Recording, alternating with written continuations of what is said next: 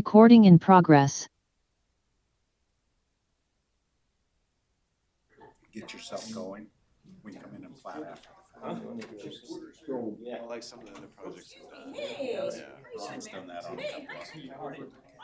Started the project, made it fit with the parameters of. How are you? Good. The only thing selling is Trying to well, good. We're to the point out, jury went, jury's That way right. you have more Yeah. flexibility. yes, yeah. Because if the market shifts, because right now this is design. So the two, we have two in the 26 contract right plus. now. If the market shifts, Basically, sell it to private working with individuals. one of the people that did. No, Definitely some options. Yeah, thank you. or well, not. She manages it. No, there, so one's in Rigby, the other's in Idaho Falls. So, She's doing an amazing job. It's not. no, our million does. It's a three-day kind of deal. Yeah, she's learning that time.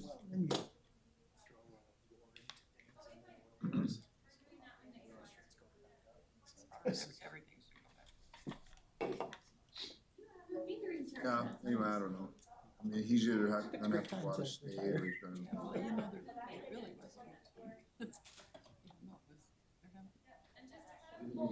I told him, I told him I'd help him create an LLC.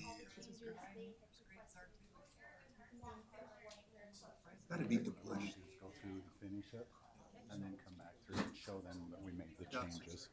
That way we don't, wanna make sure we get through everything first. I have them pulled up as PDFs down here instead. Those people. I mean, he's so good. I mean, he's very good. But we'd have this one and the cell tower. and the So I think we'll start to see more and more of those. Anybody. Oh, Remember exactly where it was that we were. But you've got company. 53, but I don't know if we were. Standards. Where's the back up to page Okay, then we're sure, that we've covered. because this is. It is mine. We talked about it. I didn't wanna- It's just a year I later. made myself a drink and then I forgot to bring it. Oh, well, that's why I thought I was a little late, because I had to stop off and CMA on them now and fresh. it's okay. Most of the other one, grading senior projects.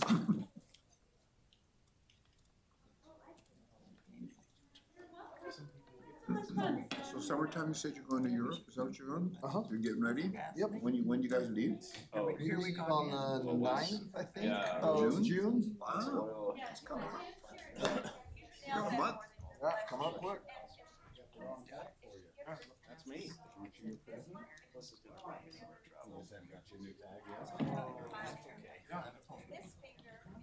We ran out of. Yeah, well, You've had that by now. We got 3 rentals. You can do I would prefer a king rather than president, but you know. You guys did that. You don't like Yeah, we, Whatever. it's like buying a boat. Why did we do this? We're just gonna pay Eric. Everybody knows Eric. He's Eric. You're taking your wife with you? So. Yeah, for the first half, we're doing a tour where we take people, see parents, and then they're gonna go home, and I'm lucky for gonna you. continue with the new tour, We're going to do everything. but where I'm a participant with my other teachers. She'll get to go with about half. Sits and then you just replace tires every few years. They're crappy, not. So you'll be gone around 4 weeks or so? or? Yep, about 3, That's been going for a while. 3.5. Once the platform figured out what we're doing. I'll be back. And having that imagination. Yeah, do it, Okay. Are you straight homes? You guys someone comes lives in your house? Yeah. You're gonna live in their house? Alicia's gone. I think she was gonna try to, do we have a Zoom? We have it. I'm here. Oh, Alicia's here. So we. I don't know about Brianna. Meeting. Maybe not. Instead of everything being just one room over here. And then they finally figured out. 2 acres before you get. Brianna has to be excused. If you wanna go ahead and get us started. I was a driver around. Let's keep it, I'm starting. All right, well, thank you everybody for being here. We appreciate you. Appreciate your time. here and, the time that you dedicate to the Planning and Zoning Commission and the City Council. So, we just wanna go over some of these things that, Alan and his staff have worked on for a while and we continue on this, so go ahead, Alan, we'll. We want to, let's introduce Rick to everybody. Yeah. I don't know. Rick? Hi. Right here, Rick Robinson, Robinson, with the N, right? With the Yes, N. Robinson. And, yeah, I don't, many of you probably know Rick, he's a realtor here in town and has been very active with the city and doing the Christmas light show on the Tabernacle and then at the pool and, just doing a lot of things to help out in the community. He's also been serving on our Historical Preservation Committee and the Tabernacle, Fund Committee. So, been very active and help us out with a lot of things and so, new Planning and Zoning Commissioner now. So thank you, we appreciate your willingness to serve. Okay, all right. Anything else? Thanks, Mayor. Couple of things. We made it to, we were right around page 53. I'm gonna back up just a teeny bit. So many pages. Oh yeah, tons of pages. You're like, What we wanna do first of all is get through stuff you have not seen yet that we wanted to finish. There's not a whole lot of it. Then we want to go back and show you that we made the changes that you requested in the last meeting. So you can see where we're at on that. A couple of things that have happened in the interim in this time frame. The state has stepped up and really stuck their hands in everybody's business in every city. They're trying to solve the housing crisis by telling every community what to do. So we've had a bunch of bills introduced. We've had quite a few of them that have been passed. It's going to affect our code seriously. So even if we get done tonight and get through that, we've got to go back through, see what theirs does, see how it affects this. So we're going to end up in another work meeting before this is presented to any of you guys for approval. So that's just a caveat. These are codes that go into effect immediately? At the January, state- July 25th. Yeah, there's stuff and some of them are, I mean, it's like short-term rentals.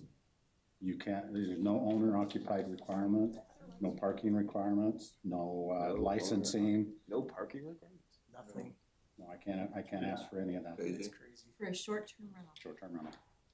Now, that's just an idea of some of the stuff that's coming down. So anyways, we want to go through this. Again, this is an open discussion with you guys. We're here to get your input. We put together what we think is the best option. That doesn't mean it's the best, because you guys are the ones that are making the decisions on these, especially city council, because you're the ones that are actually implementing this. So we want your input, we want your advice on how to go through that. So the very first part of this, I'll just reiterate, we wanted to remove the RBD district. RBD is Residential Business District. We have 2 lots in the city, right up next to, used to be Dr. Peterson's office. Now it's the, I can't even remember who it's in now. It's a therapy place. Yeah. There's the 2 next to it. It used to be Dr. Fulmer's office and the one next to it. That's the only ones in the whole city.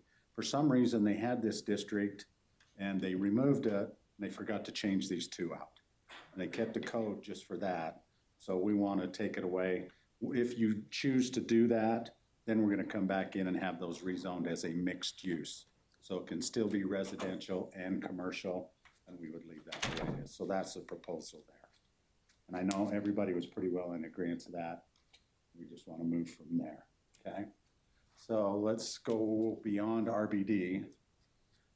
Rick, for your information, when we do these, everything in red is what we're removing or moving. And then you will see in green anything that has been moved or is new.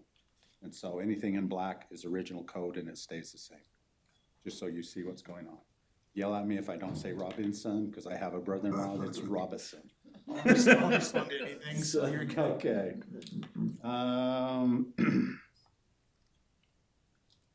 Okay, this is in the tag.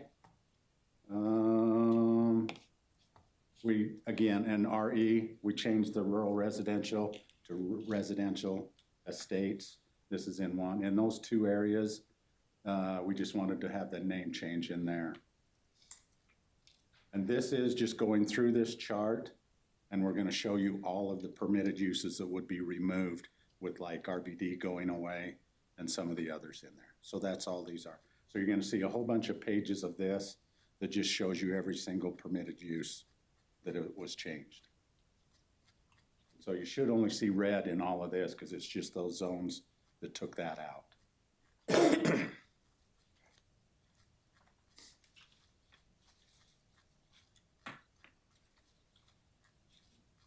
And I do have to make one other announcement. I know Katie's told a few of you.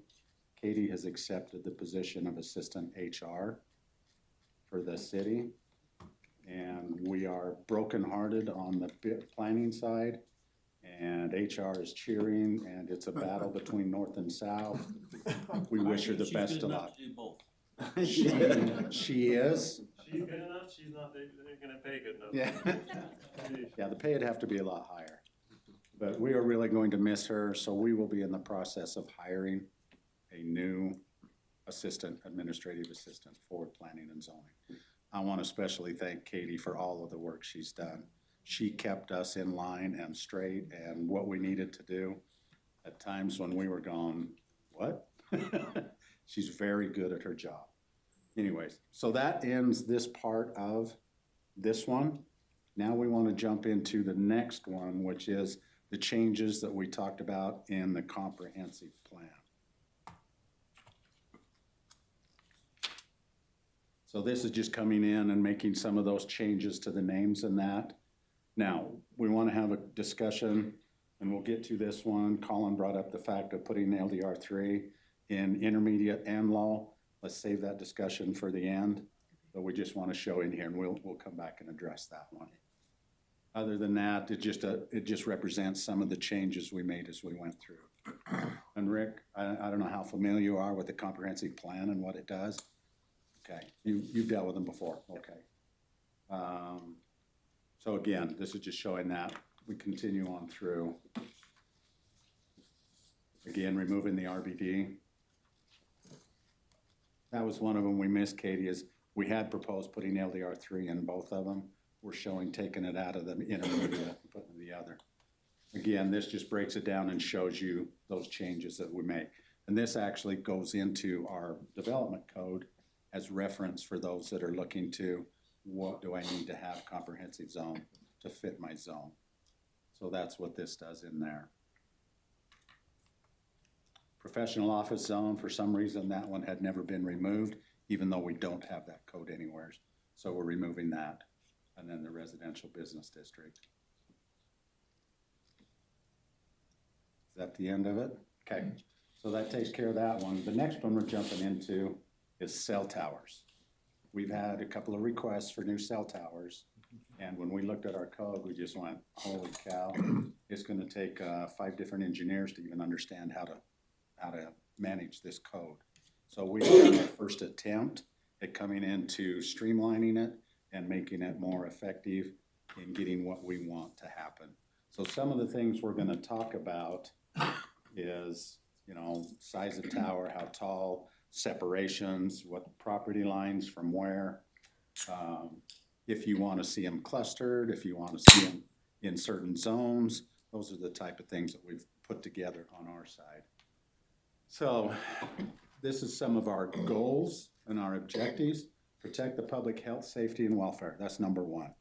We always want to do that. Preserves the visual character and community appearance and minimizes the adverse visual impacts through design, location, landscaping, and screening. Promotes co-location, which means how many of them can we cluster together rather than have them scattered all over the city. And use of existing structures to minimize the total number of tower sites throughout the community. Standard towers right now they can put up to 3 bands on them. Some go more, but that's standard. Eric. So are you coordinating with the county on this?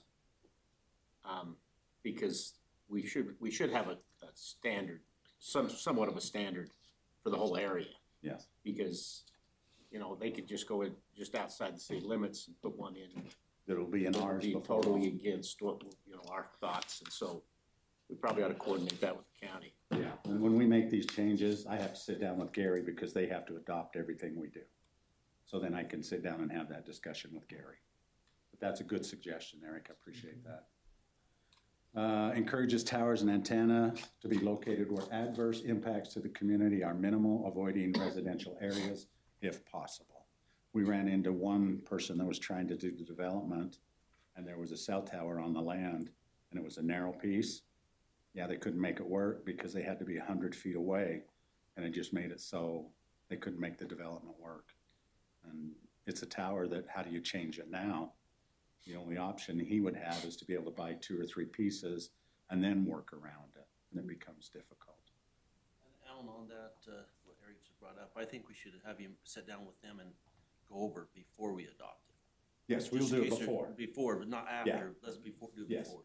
Yeah, I have to present these to Gary to look at before we even approve them. Because he'll also be approving them once ours is approved. It goes through that, but that's good. Okay, any questions on what we've done there? Yes. I was just gonna ask, so up next to the water tower, Mhm. we have other towers, right? We have a lot of towers up that way. And, so right now, is that a main hub for most of our cell That's where a towers? lot of them like to go because they want to be as high on the hill as they can because it gives them further range. So you have those typically happen. Right now, we've got an application for one to go in next to Walmart. So you're getting out that way. And it's- Even shooting that one up there, you have dead spots down in Yeah. junior high. The shadow, yeah. This will shoot it back under theirs where they can't get it in those situations. The one inside Costco. In Costco? What about the Sam's? You don't want one in Sam's? Yes. Oh, okay. I'm sure Idaho Falls would do that for us. Okay, any other questions on that part of it? So that's our goals and what we're trying to accomplish in what we're doing.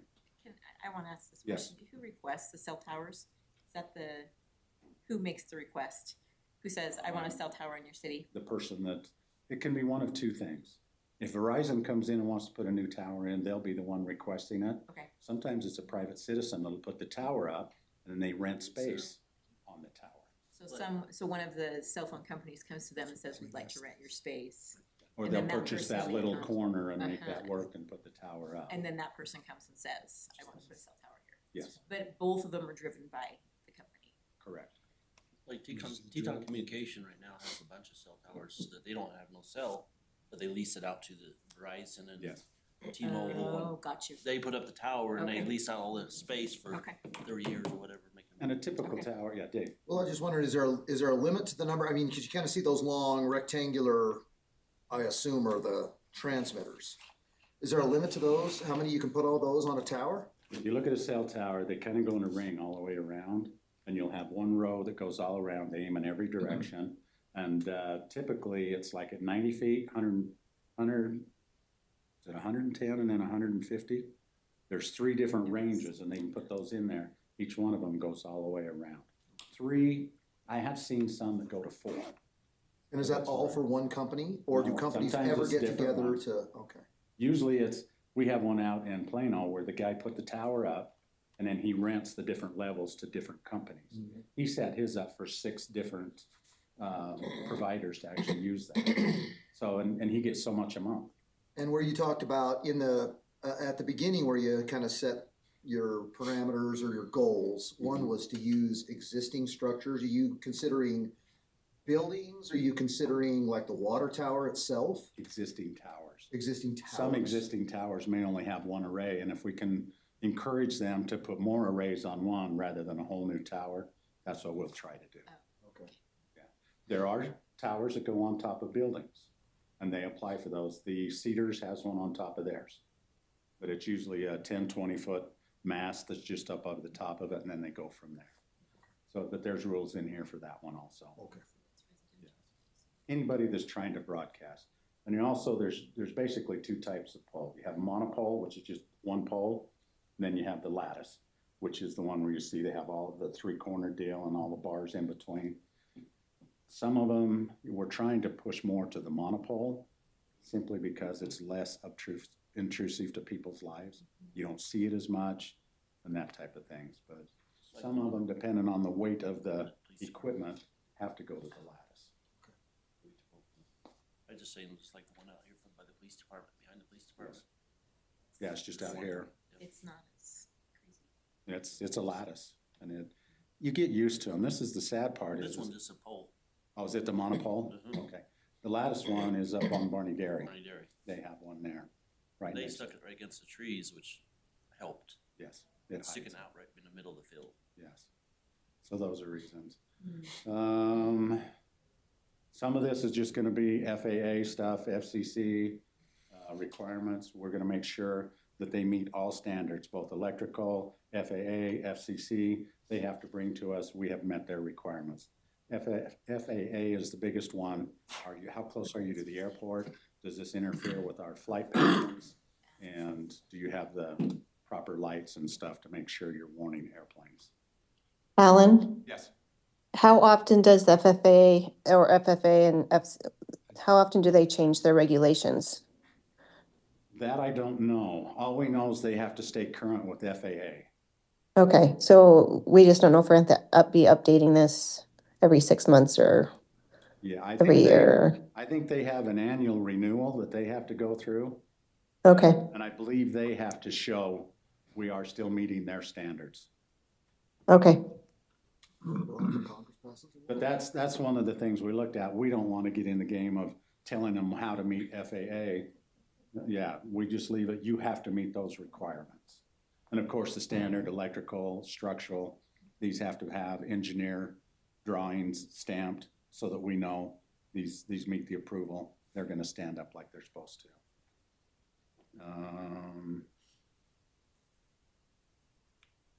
And if they fail to keep them up, we have that 6-month window to say either come in compliance or bring the tower down. Do we have anything in there? I noticed the one over there on Barney Dairy Road, right at the corner. You know, they've got a chain link fence around it, but then they've got plants planted all the way around. It's in Is here. that coming? Yeah. Okay. It's in here. Okay. Permits required. This is one of those, they're gonna have to get a building permit from us to move that through. Statement of compliance with local, state, and federal engineering plans have to be stamped. So we want an engineer to sign off saying, I'm standing behind this.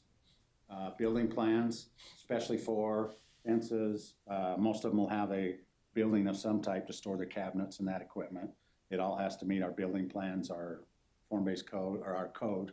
Electrical elevation drawings, we want to see what you're building, how tall it is, what arrays you're going to put on that thing. Land use zoning for tower property, how close it is to adjacent properties. We want to be able to see all of that in that site plan. Most of them have generators too. Are we putting anything on sound that those generators can put out or anything? They're going to have to meet the noise ordinance. By the residential or Yeah. whatever. Well, we're trying to keep them away from residential as much as we can. Most of them do have generators. Yeah. So this is all green. I didn't see red necessarily for this. So is this a new? This is all, it may be new and it may be moved Okay. It from could other be moved from parts. another Yeah. place. But Okay. even if we moved it, we crossed out where we moved Where you it moved from. right? Yes. Yes, okay. Jim, there's food in there if you want to grab something. No matter what, it is a conditional use permit. They will come in front of P and Z and City Council for approval, no matter where it goes. We want you guys to look at it and say, we agree with this or we don't like it here. So that's one of the requirements.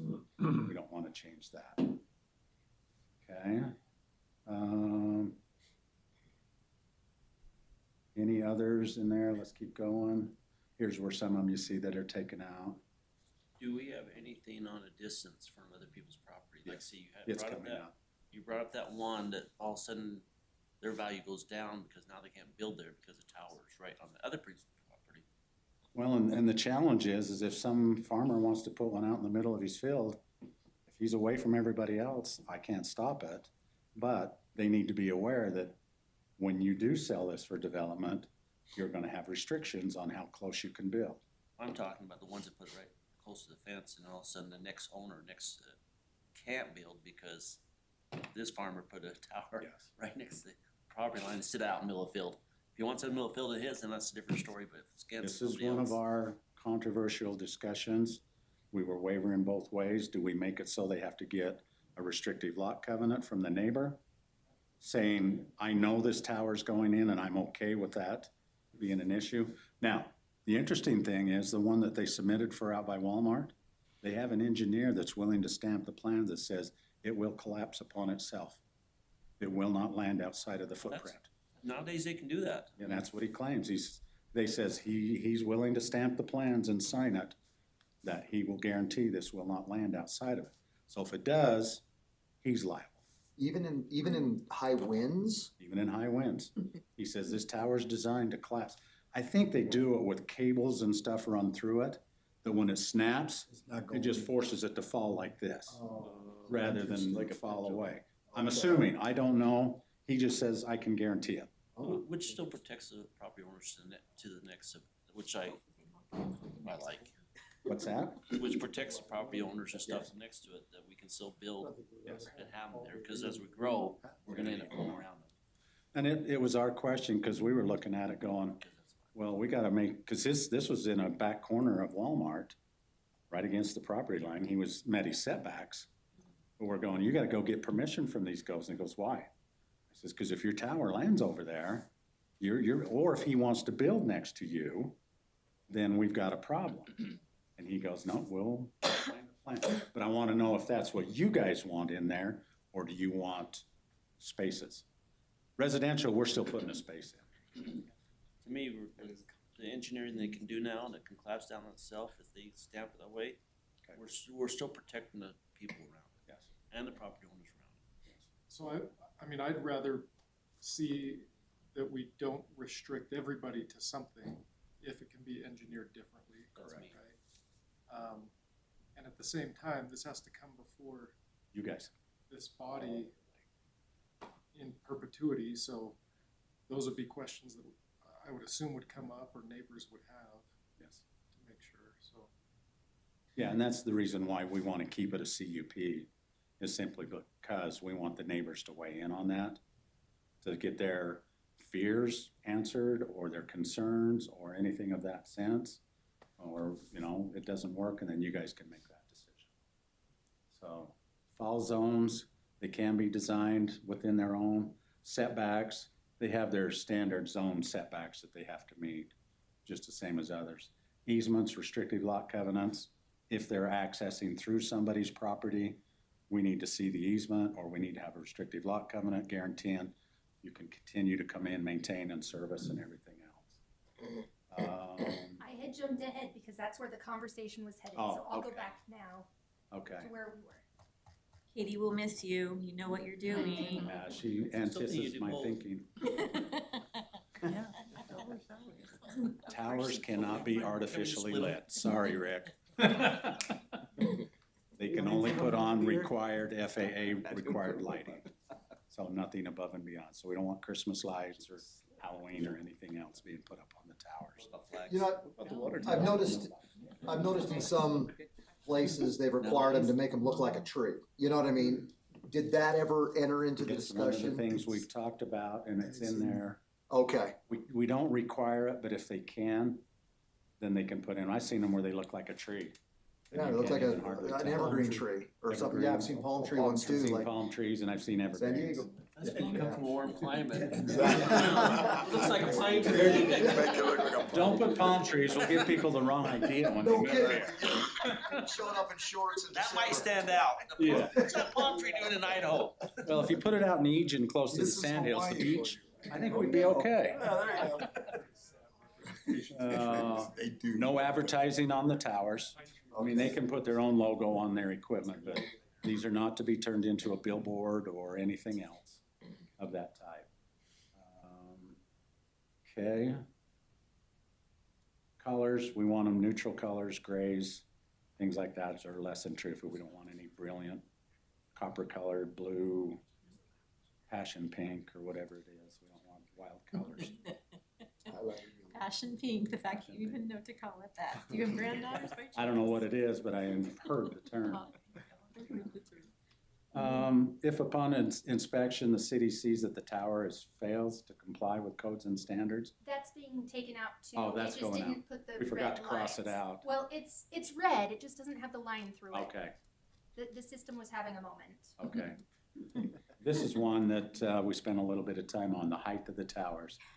Towers provided a licensed professional engineer certifies the tower can structurally accommodate the number of shared users proposed by the applicant, the tower shall not exceed the following height restrictions.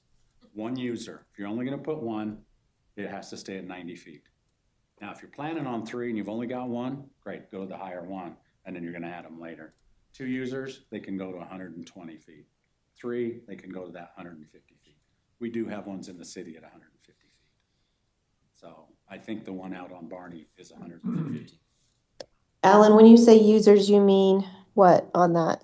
That would be Is that like Verizon. how many providers? It would be like Verizon or whoever comes in. Okay. T-Mobile. Okay, so that's rentable space. Rentable space, okay, Yep, on the tower. okay. Ground mounted antennas, because we're also dealing with, it's rare anymore, but we do have some ham operators. We also have, still a few have 2-way radios. It's rare, but they still do. So we did put in there 30 feet maximum height for those type of antennas. I'm not gonna let them go 150 feet. So what's the difference though? I mean, how do you tell the difference between a freestanding ground mounted antenna and something that they're gonna mount cell repeaters? They're gonna come to me and ask first.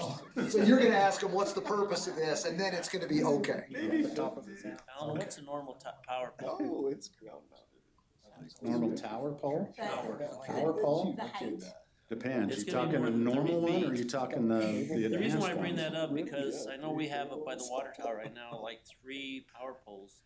And they're pretty good size, and they all, they have radio antennas on that deals with the buses Yes. and the school district and also the police. I think they're taller than 30 feet. I don't wanna limit that. That's why, we gotta be careful on the size of 30. What is that up there? I don't know. Well, I'm talking 30s for a ham operator or a private, you're getting Private. into school district, that type of stuff. 'Cause I Do know we need to clarify between private and commercial use? I would almost Maybe do that. even in parentheses, right? I mean, if you can put in there, what does that, what is a ground mounted antenna? What is, Okay, it's a good what would it idea. include, right? So you know, whatever. Ham operator, Sure. 2 of the FM stations. I like the private Might be a and good idea. commercial, because like say, school district has it up there, the police has it. And I know that You're on a repeater up there, right? yes, and I know that one up there has probably a 30 or 40-foot pole, and then an antenna on top of that by 20 feet. Okay. That sticks up above that. It's just like the fiberglass Yep, pole that one continues on fiberglass up. pole up. Okay. That deals with all the buses. Especially for safety purposes, especially for public, I mean, this is Maybe you a should put personal- public and private.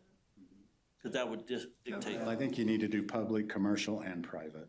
So you have those 3 designations.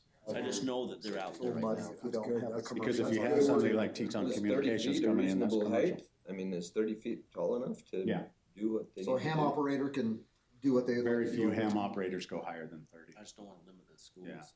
And police, we don't have police. Yeah, that's ridiculous. We don't Cause want I to restrict restrict. too hard to the buses. Building mounted antennas, we don't want them going any more than 30 feet above the top of the structure. Okay.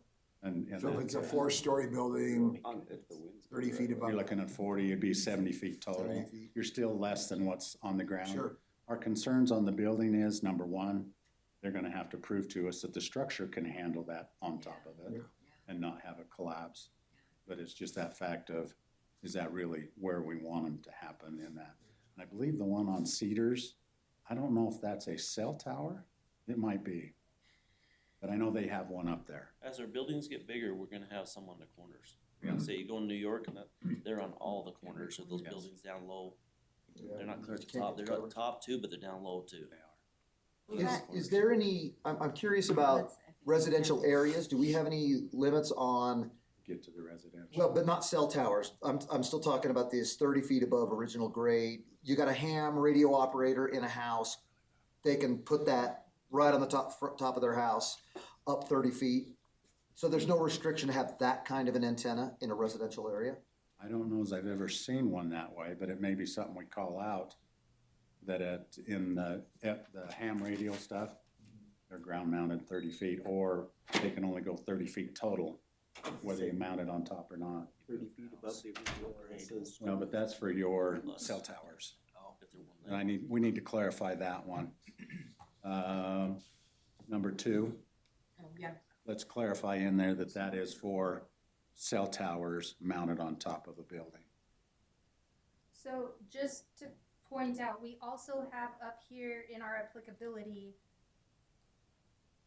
Oh, okay. I forgot that one. Thanks, Katie. Again, Katie, you can't leave. She'll be running down the hall a lot. I Going back and know. forth. She's doing that now, and I think she's tired of it. You're going through the training on the HR.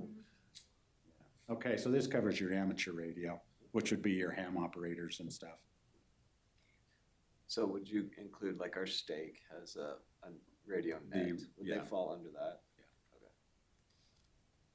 So with a religious organization, they need to come to the city and get a permit? Cell towers is the only ones I'm requiring to have the permit. Okay. Yeah.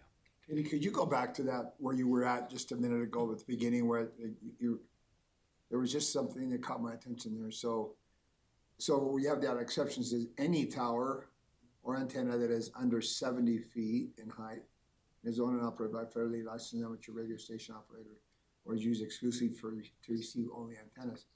So here you're giving them you're saying it can be up to 70 feet, right? So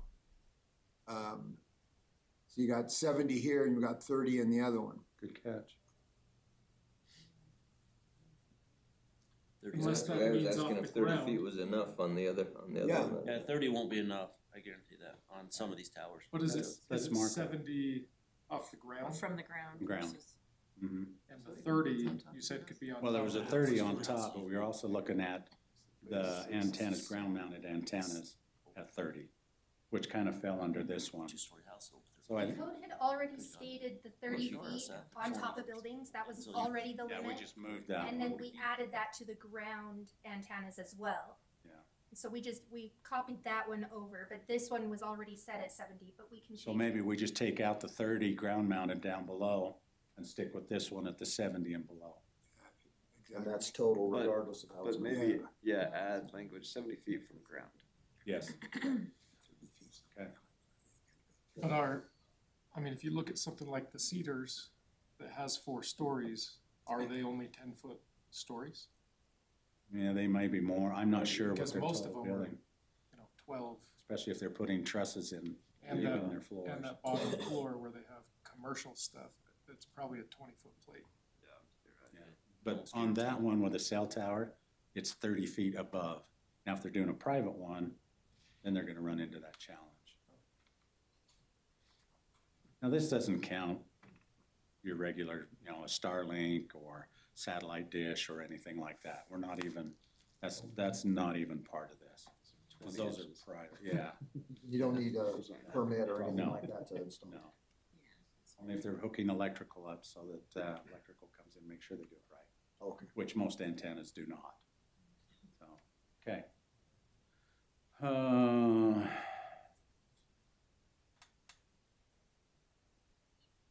So you need to change it right there probably. She will. She writes them down and then she'll make the modifications as we go. Compliance. We have to make sure that it is staying within the requirements, setback requirements. This is where we start getting into our separations. Base of the tower shall be at least 100% of the height of the tower away from the nearest structure. Okay.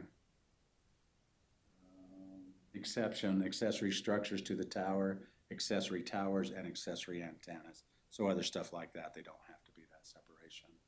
The other one is commercial, industrial, and university district zones. The separation requirement may be reduced if the licensed engineer can stamp those plans as it's safe. So that's the only area we would reduce that 100% setback. So that protects our residential. That if that tower tips over, it can't reach a house in that way. If possible, they need to be designed to collapse within the leased or owned parcel. Setbacks, you just do the underlying zone setbacks in that deal. Easement, restrictive lot covenants. Again, if you don't have enough separation between yours and the neighbor, you better get an easement from the neighbor or a restrictive lot covenant saying, I understand this, I accept it, and I'll allow it. And that stays with the land. Even if you sell it to somebody else, that restrictive lot covenant stays all the way through. Now, that covers a building, but it doesn't cover if they're within the, the height of the tower, if they're in that distance from the property line. This only covers if there's a structure involved, right? So do you have anything in there that limits where they can put it up to the property line? So that it can't fall onto the next property? Well, that's the Even though it's- 100%. You have to have that 100% when it's up next to residential and stuff. In the commercial, then they don't have to, but if it's going to land in the neighbors or potentially, they have to give me permission saying, I accept the responsibility if it lands in my property. You do the same thing. If I come in here and build an apartment complex right here and one right here, and this property line's here, I don't have enough parking, he's got extra. And if I use this to meet my parking numbers, I sign a restrictive lot covenant as this guy saying, I give you permission to use these 10 extra spots. That never goes away unless the two of them together decide to resolve it. And if they sell the buildings, it stays with the property. We're doing the same thing with that separation. Once that restrictive lot covenant or an easement says I'm allowing you to use part of my land for that 100% spacing. Does that make sense, or am I? Yeah, but this only covers, the separation does not say anything about property lines. It just says the height of the tower from the foundation of the nearest building. Right. If you added of nearest building Scroll or up just a little bit. property line. The other way, sorry. Well, it Katie. uses, the wording is there, Property line, then on the it's kinda parcel. restricted a lot more. So it says that towers shall be designed to contain collapse within the leased or owned parcel. So that would be your property lines, right? That would be your, Or if you've leased that or an easement or whatever to allow you to do that. So it protects it. They have to have that proof that if that tower's gonna possibly land over there, you've gotta give me permission from that landowner saying that it will happen no matter what. But in the residential ones, they have to have that separation. If it's gonna land on their property, they still have to give me that permission saying, here's my restrictive lot covenant, saying I'm okay, I'm gonna not build anything in this 150 feet so that if the tower tips over, it's protected. That's Okay. gonna be a requirement. Okay. And that will protect that property owner from not But- having its land value go down because it Am can't I build. seeing something Well, wrong? or he accepts the Yeah. risk. Cause we've seen that just recently, so I just wanna protect that. Yeah, and that's why we did it, is we don't want that to happen in the future. I'm going, well, I didn't know this was happening. Well, you signed the paper. Oh, okay, well, yeah, I guess I did. Or, no, I never heard about it. That's what I don't want happening, is somebody coming in and going, you just took something away from me. Well, that's kinda what we had on this one, so Yes, that's what we don't wanna have happen again. yes, I agree. You still have some concern, I can see. Yeah, because it says, the definition of separation is the base of the tower shall be 100% of the height of the tower from the foundation of the nearest building, okay? I know, and then down here, it says, in the event that the separation setback requirements exceed the parcel boundary, well, if, the only way it'll exceed the parcel boundary is if there's a building in place. That's the way I read it. Now, maybe I'm wrong. No, it could be just land. What if But it it's an doesn't say that. Doesn't have to. It just says at any point, if it exceeds the parcel boundary, then an easement or restrictive lot covenant. Yeah, but the Has only to be. separation requirement that you're not putting a setback requirement to. No, I'm talking the 100%. Yeah, So if the it's only time 150 there's a separation, or maybe I'm seeing it wrong, but you're defining separation as from the base of the tower to a building. That's what separation is. Well, the Okay. separation on this one is, I have a 150-foot tower, I have to have 150 feet away from the That's base not of what the that tower. says. Yes, it does. That's Does what anybody this else see it easement wrong? says. Am I seeing it wrong? In any event that the separation or setback requirements exceed the parcel boundary. Yeah, In that one case of 100, that's your setback. but if there's not a requirement. building, if he's got it on the property line, Doesn't have and to there's be not a building on the next property line, Doesn't have to be a building. but that's what it says. No, it doesn't. It says It- parcel. I see what you're saying. But where it says It says foundation of the nearest building, it Yeah. does say building. At the Well, beginning, it says we don't building. want it to land there, but You may have one sitting, and this is the case out here, there's a tower out in the middle of this field, I know. and it's next to property line. I know. So it's going to cross if it falls with no building, so he has to get an easement for that additional grant. And I Whether understand there's that, a I understand building or that, not. that's not what that says. We're not beholden to just, to this specific language, we can retool it, can't we? I think Yeah, we can. property boundary would be better than building. You have property, Yeah, but in the But just to top, keep right? it all If cohesive. all But you'd have five to do goes is in add, conjunction with two. We've gotta Two covers add- it next to a we've gotta building, add- five covers it next to a Just property. change that to. no, I'm saying, Eric, what I'm saying is we need to add property line up above. right, Instead of- Cause Yeah, you also exactly. can be away from the building on their own parcel. right. Yeah, that's all you'd have to do is add or That makes parcel sense. boundary. Okay, let's There's do, building there's or building parcel or boundary. parcel boundary. It clarifies a lot better. Yeah, okay. Also, it doesn't. Here's the problem. We do this so much looking at it, we start assuming a lot of stuff. And so that's why I bring it, and I want you to talk it through for me, so that we Well, catch and some maybe of I'm the just stuff. seeing it wrong, but that's No, I the think way I read it. I think you're No, it okay. definitely clarifies a lot better. Yeah. Yes, Okay. it definitely does. See, in our minds, we went, okay, we've covered it with the separation, the 100%, also the building, also the parcel line. It wasn't in the same paragraph. And it It didn't covers the parcel specifically line call on number it, five. so we'll drop that in there. Okay, let's go up higher. This is where we get into screening and security. We want this a fenced tower, so nobody can get into it easily. Kids will always find a way. This is the one area where we do allow barbed wire or concerta wire on the top to keep people out. But we want it buffered with privacy fencing, or they can come in and put a shrub boundary. That's what's up on Barney Dairy. We want something that eases that visual impact in doing that. So you allow the Constantina wire, but you don't require it. Is that on every tower? Even the city one? That doesn't. New ones, new ones. Because the one That's right- grandfathered. one right behind the PD that we inherited is not that way. What we're saying is if they want to put that on the top, we will allow it. If they don't want to put it, all we require is a 6-foot privacy fence, chain link. Yeah. And the idea is we don't want kids trying to crawl the tower and get in there and cause problems. The buffer, we also want a 4-foot wide pervious surface around that. That helps with any water retention, and it also keeps possibilities of fire starting with generators and things like that. It keeps that safe. So is that where the 6-foot fence would go then? Yes, is around the outside. It would be at least 4 foot wide, then that fence would Then have. they need a 4-foot outside the perimeter of that fence. Oh, okay. Yeah. I don't know that that's clear, by the way. I don't see it clear. It says outside the perimeter got of the the- compound. And your compound's whatsoever inside the fence. You may want to put that word compound in that security sentence, so that when you read number 3, then they recognize that it's 4 feet outside of that fence, beyond that fence. Beyond that.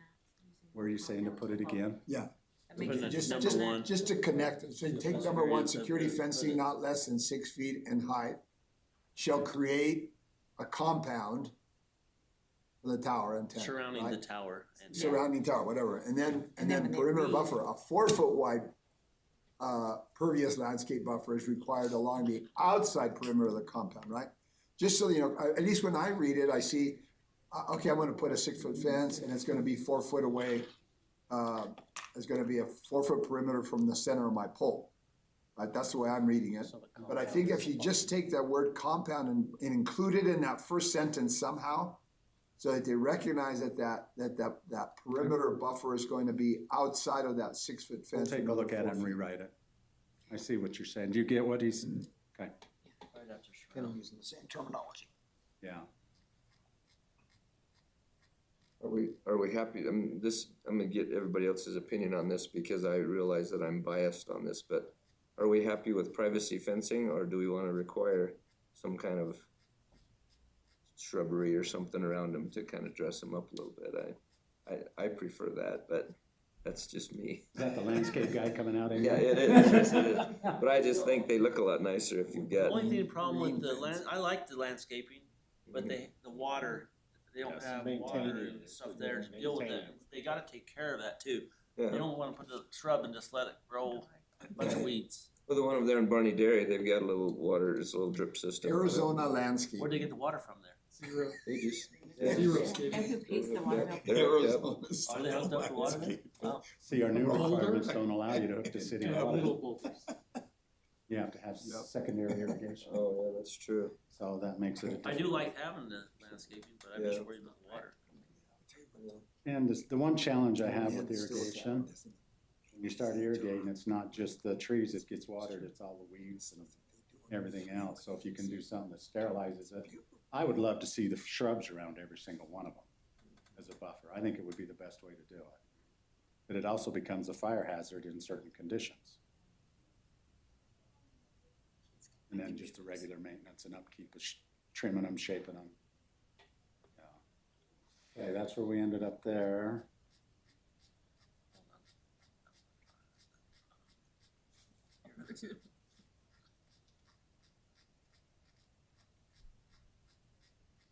Lots of red. And those tables will be removed, they just didn't turn red They when wouldn't, I yeah, they put it would in block the out. PDF. You know, looking at all this, you just don't have enough to do. Well, let me put it to you this way. Wow. We're 4 sections behind on stuff we were getting ready to present. Plus now we gotta take all the state stuff and go see how it fits and everything on top of this. And it's gonna be a crazy year. And So are trying we to- requiring any type of building structure of how it looks there? Or can they just throw up a shipping container and call that their building? Yeah. I mean, do we wanna require something at least represent the area it's in so it looks presentable? I don't believe we allow shipping containers. It has to be a built structure. I just wanna make, to 'Cause we me, it don't- should look kinda like what the Look at surroundings. bushes around it, it wouldn't matter. Touche, got you there. That's true. Rebuilding damaged or destroyed Control burn down, towers. And then you'd see the shipping. Oh, let's go back up. Abandoned towers or antennas. We bounced around on this one. If it's not in use and considered abandoned, shall be removed and the site restored within 6 months of receipt of notice from the city of Rexburg. We don't want ones that are abandoned and dangerous. We need to have them come in and either take them down or bring them back up to speed. How do we know if it's abandoned? Yeah, how do we make that determination? Well, that's gonna be the tough part, if we can somehow track it. Usually it comes down to the point where nobody's maintaining the grounds, the tower. They usually don't have antennas, because somebody's pulled the antennas off. Because if they're renting that tower out, they won't do it. The only one in the whole city that I can think may be abandoned is the old radio antenna. Is that out still there. up? It's still up. And I that is don't know definitely if a it's being hazard. used, yeah.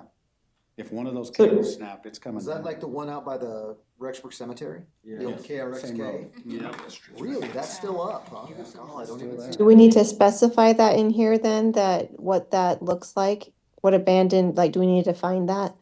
No, because I think there's so many variables that can actually say it. We've just got to be able to determine it's not being used, it's not being maintained, to the point where we can come in and then find the owner and go, what's your plan? And then they have 6 months from that time? Once we notice them that it's abandoned, We Okay. also have the definition of abandoned already in the code. yes, abandoned's in Okay. there, Oh, it is, oh, okay. Yeah. in our definitions. Is it similar to like, if a building is considered, what's the right word, condemned? Condemned. Well, condemned and Yeah, it's abandoned is two different. different things. Different? You can abandon something, but condemns means it is not physically safe for It's in anybody. danger of okay. So that's not the requirement. That We're shows a looking bunch for of even towers. more stringent than that. If it's not being used and they're not doing They're whatever, not maintaining we that. need to make it, they need It needs to to take it come down. down. She's gonna show you where in the definitions.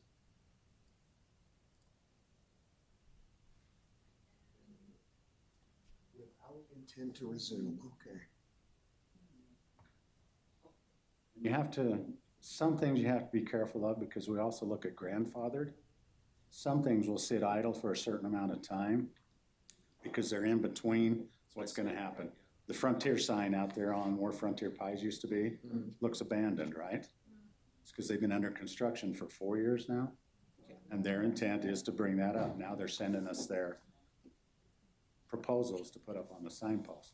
And we've called them many times, says, no, it's time to come down. They go, no, we intend to as soon as we get the building open. So they're still making sure that it's structurally safe. You just haven't put the new face on it yet. So that radio antenna that we were just talking about, is that within city limits? No, it's still in the impact area. Okay. So it's a county jurisdiction, but yeah, it's impact zone.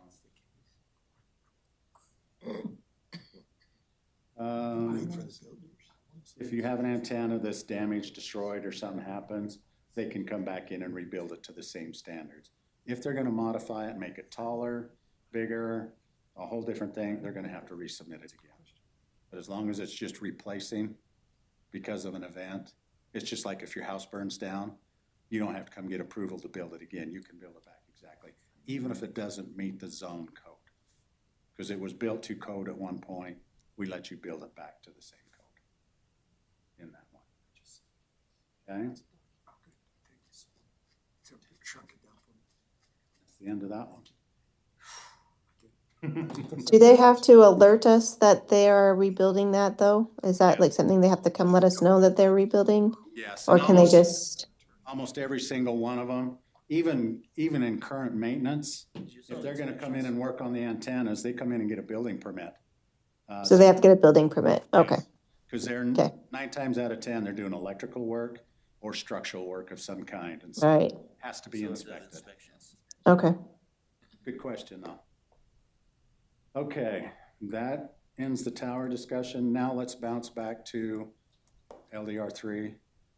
And let's go clear back to the start. We'll walk you through and show you the changes you guys requested to show you that we did get them in there. Are you sure we want? Well, It took us an hour and a half to get to them. all we want to do is show you. 30 minutes. We want that transparency that we're doing what you ask us to do. I know. You've made it through Everything. you wanted to. Everything we've covered. And That you maybe we wanted hold to. this one off until we get to that point of coming back, because I guarantee you we're coming with another work meeting. Okay. Because we're gonna have other changes and we can look through it. I just looked at Alan, this, I think So- there's something Can we I- need to discuss because. Can I bring something up Once he's with it, that's it a little would be off? something a little bit Well, different. not- Dang it, the- I know. I think we need to make a State decision. statute allows local communities to require at the time of a zone change, a development agreement.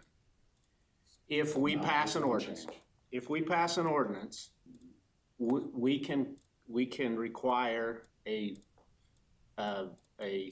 development agreement at the time of the zone change. You say there's a state statute that says this? He's correct.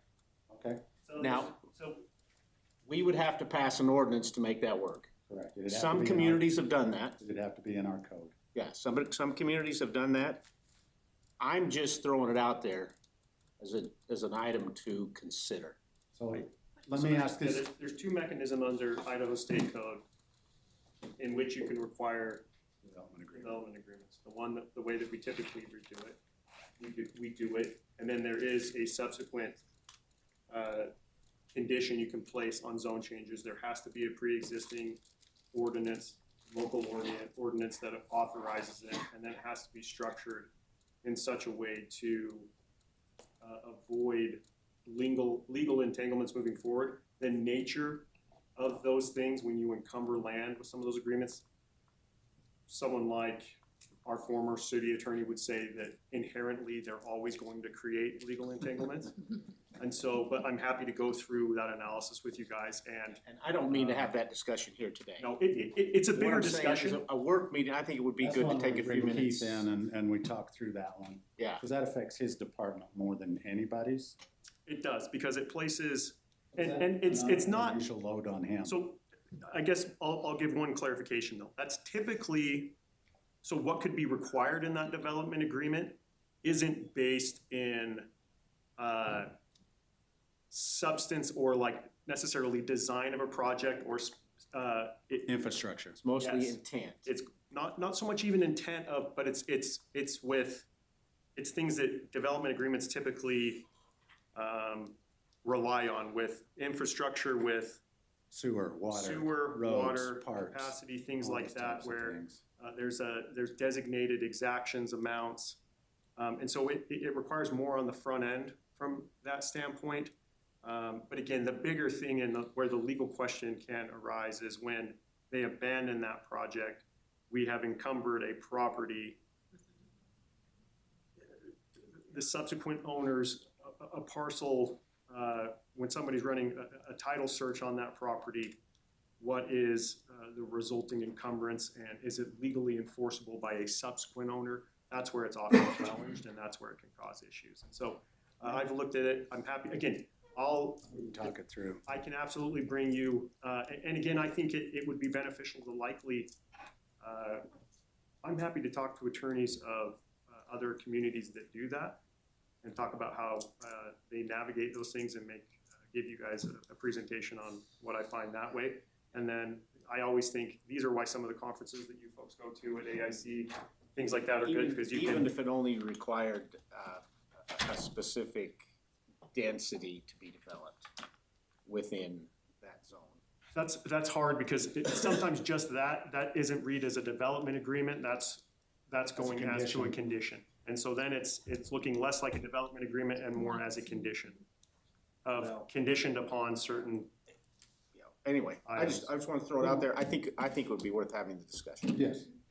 To see if that could solve some of the issues that we've seen come up. It's worth talking about. We can set that up in a work meeting later on. Okay, great discussion. Thank you. Okay, Colin talked to me a little bit earlier about the question on the LDR3. We had talked originally about moving it down into low residential. Then we talked about in our work meeting about putting it in low and in intermediate. And Colin, explain your heartburn. Well, we've changed it out of low, moved it up to intermediate to solve the problem, and it didn't solve the problem. Now we're moving it back down, which we're doing the exact same thing we had the problem before. To me, it's almost too big a jump. Somehow we got to split that or do something a little bit different, so it's not, because we're causing the same problem we had before by just moving it down and saying, okay, let's move on. Okay, let me ask a clarifying question. What are the problems we're seeing? Having it in the low or having it in the high? Explain to me from your point of view, Well, it just what's it pushes causing? it pushes up the higher density. In some areas, we want to leave a lower density automatically because it's in the zoning there. Right. And that's why we moved it up, and then all of a sudden now we're moving it back down. Like say, this is over many years before. It's even started before I got on the council. Oh, it started long. It's close when you was on the council. So I just think we need to look at that pretty intense and saying, okay, how can we solve this a little bit better than just move it down? Or keep it in both, because that's not solving the problem either. Well, it is and it isn't. Yeah, it You're can create kinda- new problems. If you do it in the low residential, now, your example was what's happening across Highway 20. And LDR3 is being over there, the higher the 10, and increasing traffic and problems like that. And throughout the whole city, it's gonna look at. It could happen in the same thing. future. Right now, the We real gotta look at pressure. the 20-year or whatever Yes. coming in the future. Yes. I even told Alan, I said, maybe we need to split it and move, so they're not quite as much as 10. Move it, I don't know. It's Do an 8 and then it's another more in to between. Maybe digest a little bit deeper and. So here's one question I would throw out. Define single-family residences. What are the types of single-family residences? I don't think you can almost define that as much as you can define low You can. affordable housing. Building There's code, not a low affordable building housing code design. spells it out specifically what a single-family residence is. Well, and one of the things we gotta keep in mind too is that's one of the reasons that the legislature is trying to preempt cities from doing a lot of this stuff, is because they feel like we're getting too regulatory on, what kind of housing can go in different zones. Not trying, they have. They are, they've done it to us. Yeah. It's We not- they've got more coming. almost got to the point where we couldn't do anything as far as density. Alan, I when mean, does they that could law do whatever take they effect? want, basically. July It didn't quite 25th. get there, but it almost did. And I will tell you, there is one that's coming up. You have no power over density if it passes. Yeah, that's one that Yeah. didn't get And through. you know what they're, It got passed in the House, but not the it Senate. hadn't made so the Senate, but got- it's coming back. I know. And I they know. literally said that you cannot deny density any more than your highest density in your city for residential. Our highest is 42. So that would mean every zone could go to 42 units, and we couldn't stop them if that bill passes. We can't regulate the lot size. We can't regulate setbacks or any of that. We can't regulate any more than minimal parking. It's a scary bill. It is. It's scary. And this last year has been a lot of scary bills. Yes. I mean, it's just amazing what legislature did on this. I went to the National Planning Conference on the 24th, and we spent 4 days. And I sat through one meeting, and it was the two worst states were Utah and Idaho for housing. And they had the most bills written out of any state in the union trying to alleviate the challenges. And the one guy got up from Bloomfield, Utah, and he says, we came in, we thought we'd solve the problem. We said, okay, we're gonna make lot sizes down to 30 by 60 so we can get small homes in here for starter homes. He says, yeah, we passed a subdivision, they started building, we go out there, 30,000 square feet on a 30 by 60, that's 1,800 square feet. They were doing 1,000 per floor and going 3 stories high. And they were up $500,000-$600,000. He goes, and that's where the legislature steps in and goes, why are you doing that? You may go down to the smaller size, but you're not providing affordable housing. And so that's why the state's stepping in and going, if you're not gonna do it, we're going to do it. Now, state's going way too far one direction. I don't think we have gone way this way. I think we're still hanging in there fairly close. But these are some of the things we gotta be cautious of because they are going to come down the road. And they've got some pretty strong lobbyists that are pushing this. And we've got some strong people in the House and Senate that are also pushing this. And it's extremely difficult.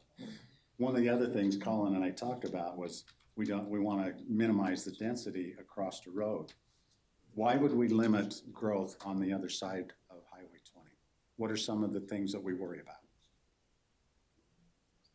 Connectivity. Connectivity. What else? Because we have a freeway going right in the middle, so connectivity. That's a big issue. It is. What else? A lot of agriculture land over there. Is that a problem? Emergency services. Emergency services, getting over that. Because of the connectivity. Yeah, but the preservation of agricultural land is one of the reasons to increase density. I mean, maybe not out on the periphery, but, you know, within the city limits. But there aren't amenities over on that side. So limiting the growth right now makes better sense in some ways because we need more amenities over there. Because of this connectivity problem, How do you get amenities over there? we've got to get businesses to come in and. How do you get provide businesses it. to come in? Change the zoning laws to allow it. You gotta, We have more- you gotta have more You gotta have density. a population You so bring that more people will people. come there. We won't build the businesses first. Yeah, it's like a school district. The amenities follow the people rather than the people Yes. following the amenities. Now, you may have this weird situation where commercial right now is exploding in Rexburg. I mean, 3 years from now, you're gonna look back and go, what happened to Rexburg? Then all of a sudden, you're gonna have residential step up and go, oh, cool, we got amenities, let's go build out here next to these. Those things happen. School districts. I remember listening in a meeting, the guy says, we need to build a bunch of schools for the future growth. School board's going, we can't get bonds passed to do what we have to do. How are we gonna build extra classrooms? We're kind of in that the horse before the cart, which one, or the chicken and the egg, which one comes first? Well, and even when Winco came out over here, instead of going over there, the people were here, but Winco landed there, not here. So a grocery store is needed, it's just landing in a different spot. So we need a grocery store to land in the spot where it's needed. Well, it was part of all the, well, it's part of all the. You can't dictate that. Are we That's the doing, problem. Yeah, but where it's needed is They have very to- subjective too. For you, it's needed over there. For the people in St. Anthony, it's needed right where it's landed. Well, but I'm saying with the connectivity problem, it's needed there. Once those diagonals were crossed and we couldn't get across the street, we were driving 30 minutes to go get groceries. Mhm. It didn't matter if we went north or we went south. It was easier to drive to Idaho Falls to get groceries because we couldn't get into town. So it is a huge problem. It is needed. It's hugely needed. Yeah. So there are amenities that aren't there that need to be there. It's just that where the business chooses to go, that's where the business chooses to go. And I get that, but it is needed. So And we do have answer me- people. Answer me this, why were people fighting the commercial that was being approved out on Highway, on That's 12? what I said, it's been the whole talk. I don't think that they were fighting the commercial, they were fighting the MDR. No, they fought the commercial too. Oh, okay. They I were only fighting, knew they were this. fighting both. Okay, I They didn't didn't, want either one to happen. I biggest fight says, was the all they're doing is shifting, they're not adding, but they didn't want commercial there. We don't want that in our neighborhood. And I'm going, but you want amenities, this is how we get the amenities. so I don't know who it was that was fighting the commercial, because anybody that I knew just didn't want the MDR. They wanted commercial, because There that's were- a perfect place for It commercial. is. There were a few people It's- that stood up and says, we don't want the commercial over here. I didn't hear that, I missed that. We'd have to go back and look at minutes, but in every situation you run into this, and it's that situation. I'm here, I like the way it is, don't change my world. We're all that way, I'm that way, Oh, I love that there'd be commercial. I wanted the whole thing to Yes. be commercial. yes. I was like, it's perfect, it's right off the highway. People can come to our town, they can spend money, perfect. So that brings me back to what we're discussing here, the LDR3. One of the challenges we do face is we don't want that higher density over there. Well, if your zoning or your comp plan allows those to happen, we have to be very careful on our reasons for denying or stopping anything. Because if they are not valid reasons and they can't stand up to common sense, you may end up being sued. Because they'll simply come in and say, this is a taking. It is happening all over the state, all over the nation, and people are getting a lot more particular. And I'm gonna leave that up to Spencer to get into that more deeper, and he will explain to you some of that that's going on. Every one of these meetings I go to, there's a whole session on these type of lawsuits that are hitting. And we're not talking away, these are in Boise and areas close to us. So 90% of them was Blaine County. Spence said to me. Well, Yeah. Blaine But that County. is, that is what you sent, right, Spencer, is exactly what he's referring to. Yeah, Blaine County hit big time. Did you They read did. it? And I Hazel. did, yeah. So those are the Blaine- kinds of things Are we they in have the to be middle? careful of. Blaine in the So back to the discussion, Oh. LDR3. They hit the Supreme Court fight Yeah. about 20 I, times. so I'm new, so I just, Your opinions? well, Value. no, this is not opinion. I'm asking about master planning, right? So when we talk about, so we have this huge community that got built out there. You've got homes, you've got single family homes, you've got duplexes, you've got apartment buildings, you've got all this stuff. And they've got some parks and stuff like that, but what are we doing? What do our codes say? What do we have in place? So that we do say, you're gonna build that many homes, you have to have X amount of you have to set apart X amount of property for Brolums to go in. Or for what, I mean. Our code does not do that. Well, I was a builder in California and you, if you're gonna build a community of more than 10 homes, you gotta master plan it, right? You gotta have these kinds of things included into the master plan where you say, where's the space for the school? Where's the space for the store? Where's it, right? These kinds of things. That's called master planning, where you're solving these things. You're not just leaving it up to wherever it's going to be. The other issue that I have again is what percentage when we have these folks coming in and they're putting in literally hundreds of homes. From my perspective, with that many homes going in, there should have been enough tax money coming in to redo 12th and make it completely a 4-lane road because of what the developers are paying, right? Instead of coming out of our. Okay, you've gone through budget, well, you're gonna go through. I'm budget going to. Yeah. One of the key things that I have heard Keith and Matt tell me multiple times, at what point does housing pay its own way? Taxes that it gains supports the roads, the sewer and the water. What level of density gets to that point where, okay, it's not costing the city extra money. Right.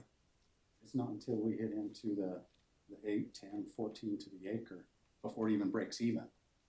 So anything less than that, it's costing the city extra money to maintain the amenities that are going into that. And you talk about, I think it would be great. I would love to master plan a whole community and be able to come in and say, I want corner stores here every so often. So people, I need to run down and get a gallon of milk. Okay, great. Or, a gas station every so often. Those types of things. But if you're a developer and I come to you and say, okay, Bill, you've got 40 acres out here and you want to develop it, I want a 5-acre park in there.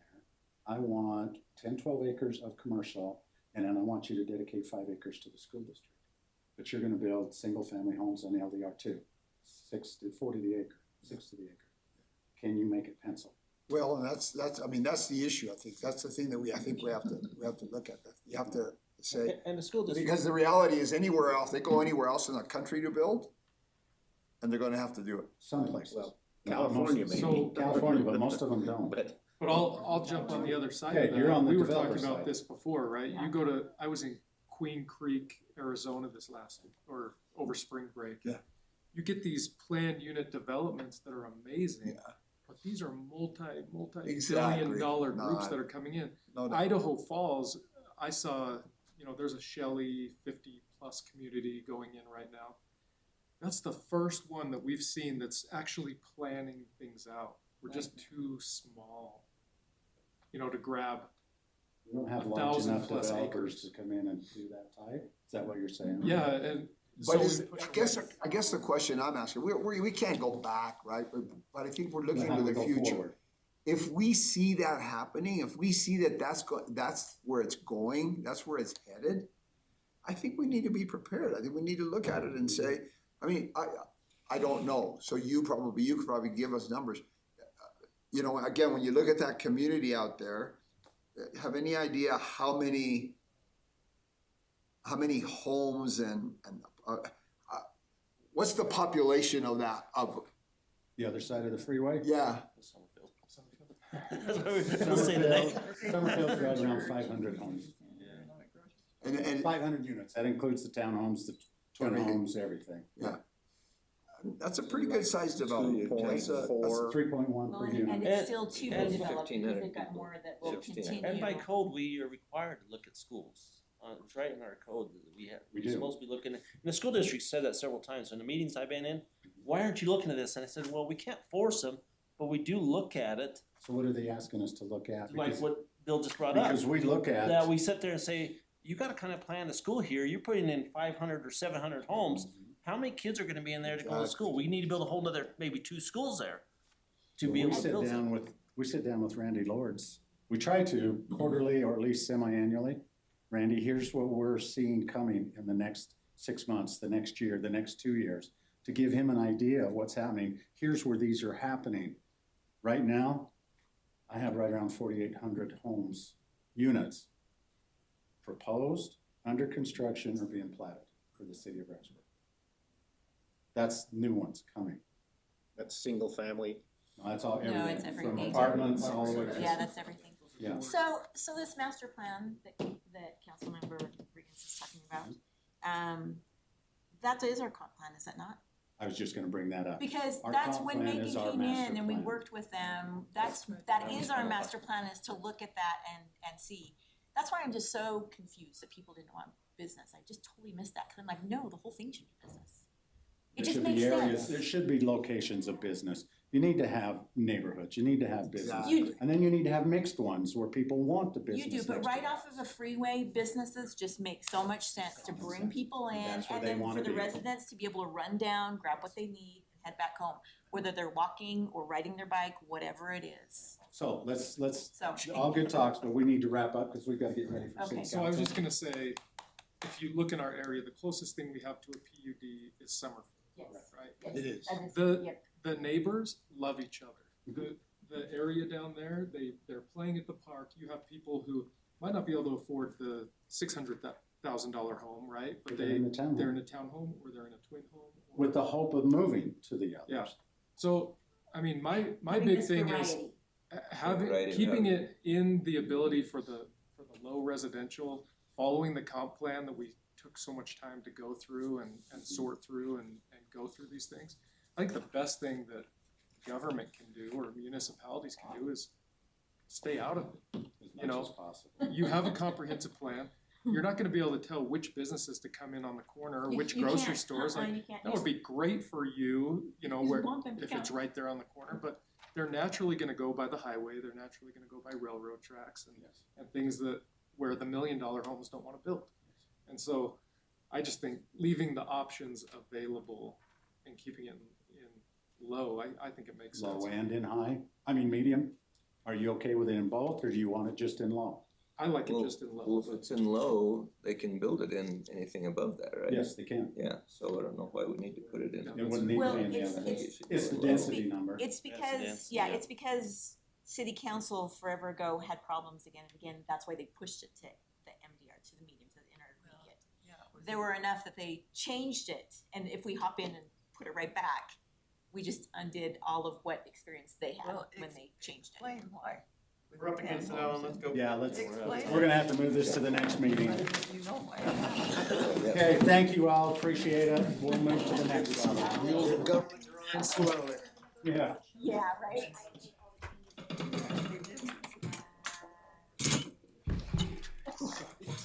And, you know, wanting to.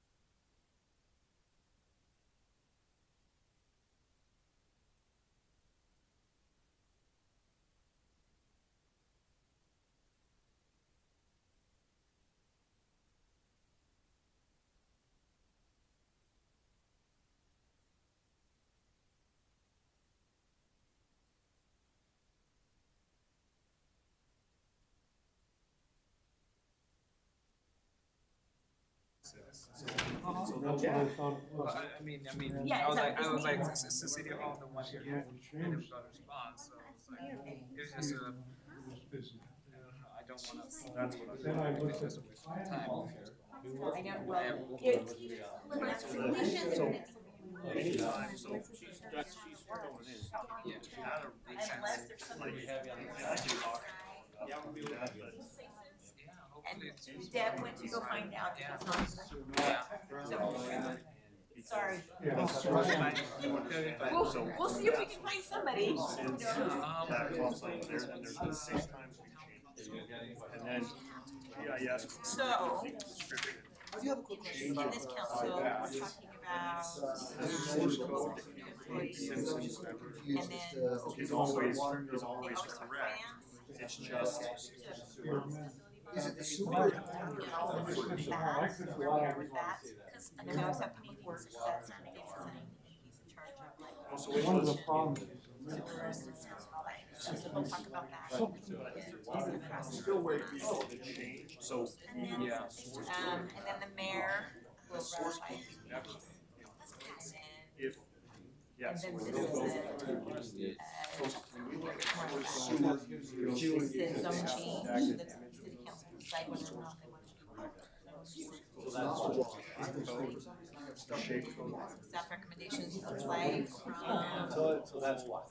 our. Does that matter where I live? And I think that's basically it. So, basically. No curves. So, not what you're doing. Not what I'm doing. Well, I guess it just has to be one. Some might say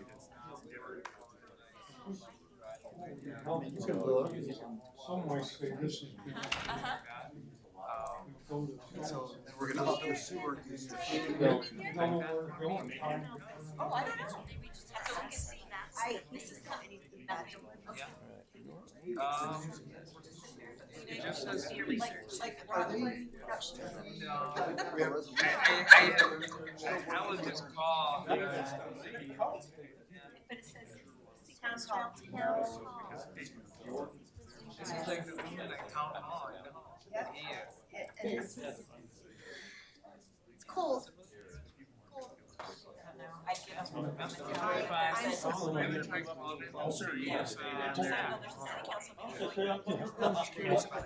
give up.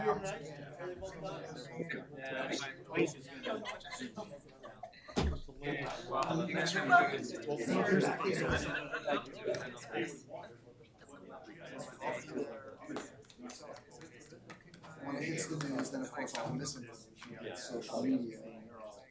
It's all. What is it you study?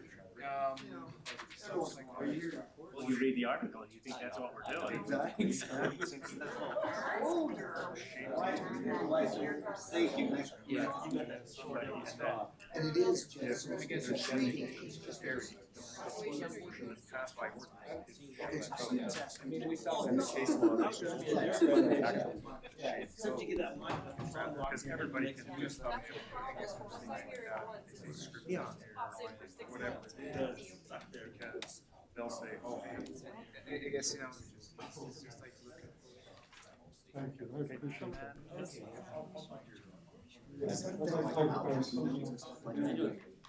Because it's like.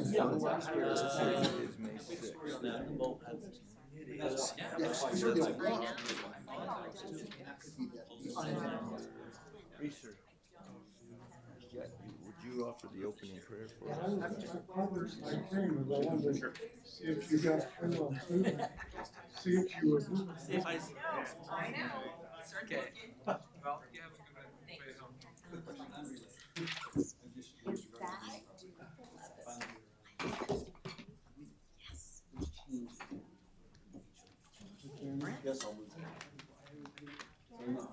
one. Just slide down and not be as slow.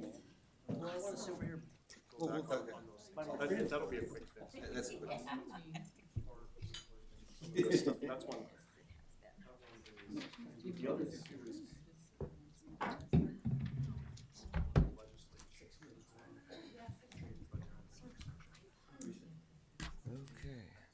we go.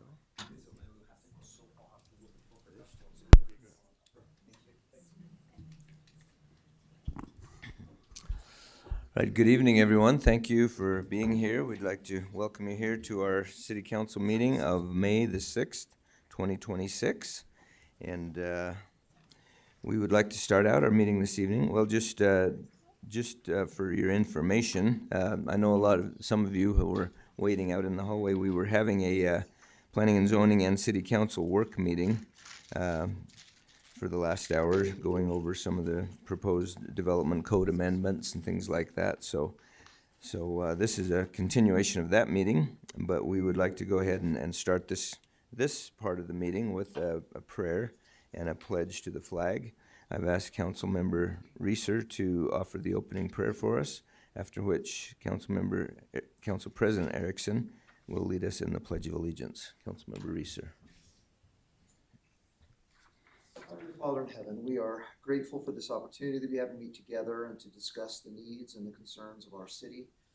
And we are so grateful for this land that we live in. We're grateful for this community that we have, and we're grateful for the good people who inhabit this community, and ask that thy blessings be upon everyone within our community, that we might be able to get along well together, that we might respectfully listen to each other and our viewpoints and our concerns and our attitudes. And we are grateful that we live in a land in which we are free to do that with each other in the hopes that we can come to common understanding and work together. Father, we're grateful for the blessings that thou hast given unto us, and we're grateful for the freedoms which we enjoy. And we ask for these things in the name of Jesus Christ. Amen. Amen. Join with me in the Pledge of Allegiance. I pledge allegiance to the flag of the United States of America and to the republic for which it stands, one nation under God, indivisible, with liberty and justice for all. All right, thank you. Thank you all very much. All right, at this point in time, we'd like to go ahead with the roll call of our council members, please. We'll ask Mariana to do that. Councilmember Colin Erickson. Here. Councilmember Reeser.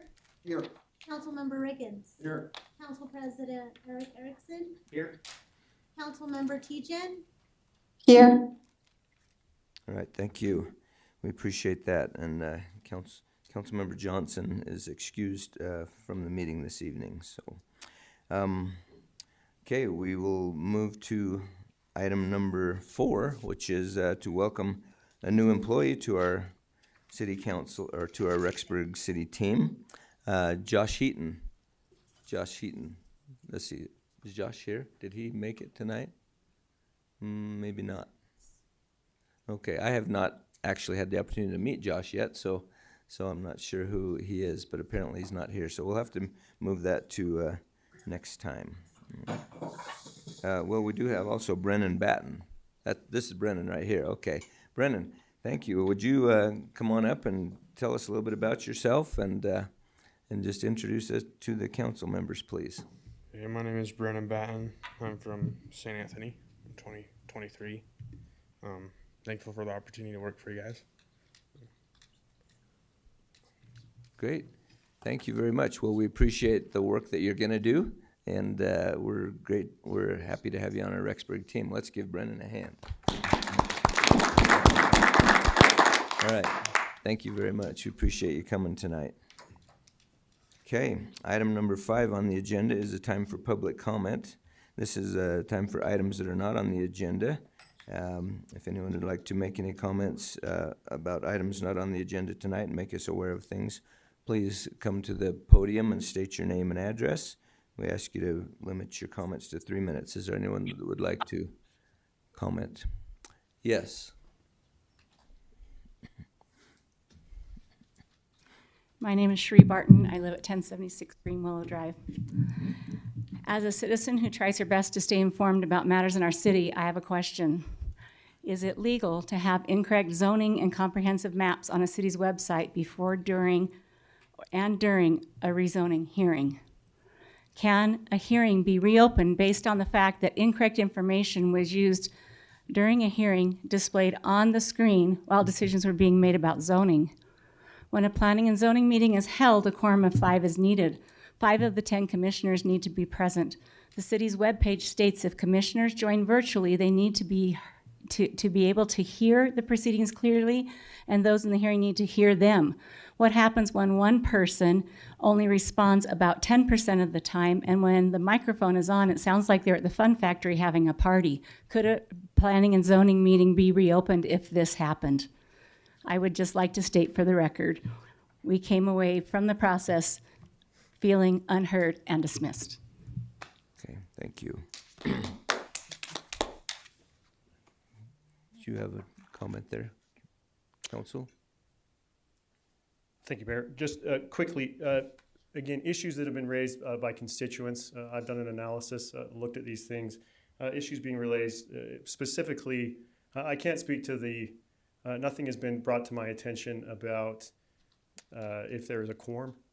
That's new that I'm just hearing right now.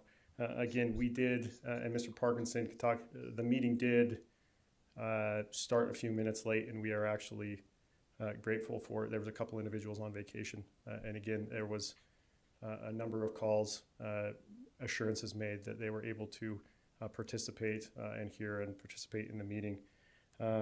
Again, the reason, issue being related to maps, it relates to an online GIS display layer, not the underlying legal designation adopted by ordinance. Again, the illegally controlling action was the ordinance previously adopted and recorded by the city. The comprehensive plan that was associated with the mapping and the data, those will go through amendments over time, and the city maintains those through internal GIS and shapefile processes. The generalized images showed publicly, always or publicly or referenced in GIS as a visual reference tool and not the controlling legal document itself. Again, and I think also, and importantly, the substantive discussion during the last hearing, in my review, accurately reflected the actual land use designation and the application before the body. They discussed and evaluated the proposal on its merits under the correct designations and the applicable standards. Based on my review, there's no indication that notice was defective, that the body lacked jurisdiction, or that the deliberations were based on incorrect legal standard. As a result, I've notified the mayor and said that there is no legal basis. I make the same recommendation to City Council that there is no legal basis to conclude the hearing or meeting was invalid. Was there any other questions on that, Mayor? Okay, thank you, appreciate that. All right, is there any other public comment? I hadn't planned. Brent Harris, 1125 Woodison Lane, Rexburg.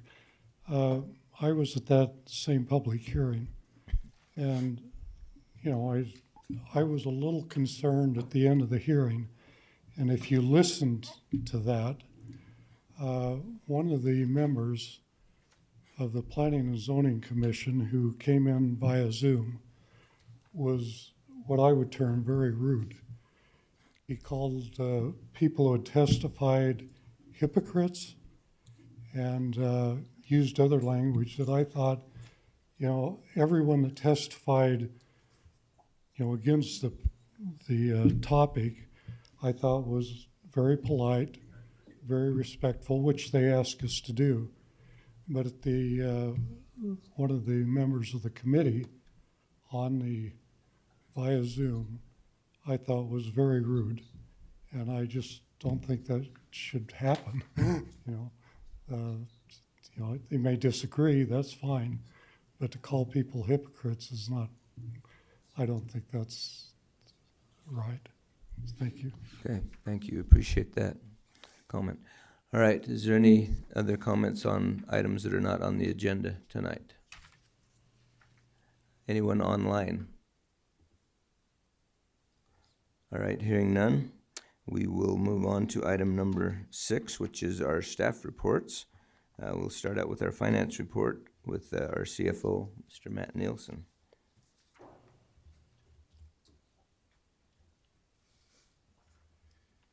All right, good evening. So this first one, included in your packet, is a budget adjustment, and Deb's gonna pull that up. And then, so this is something we talked about many months ago when the ice rink came in.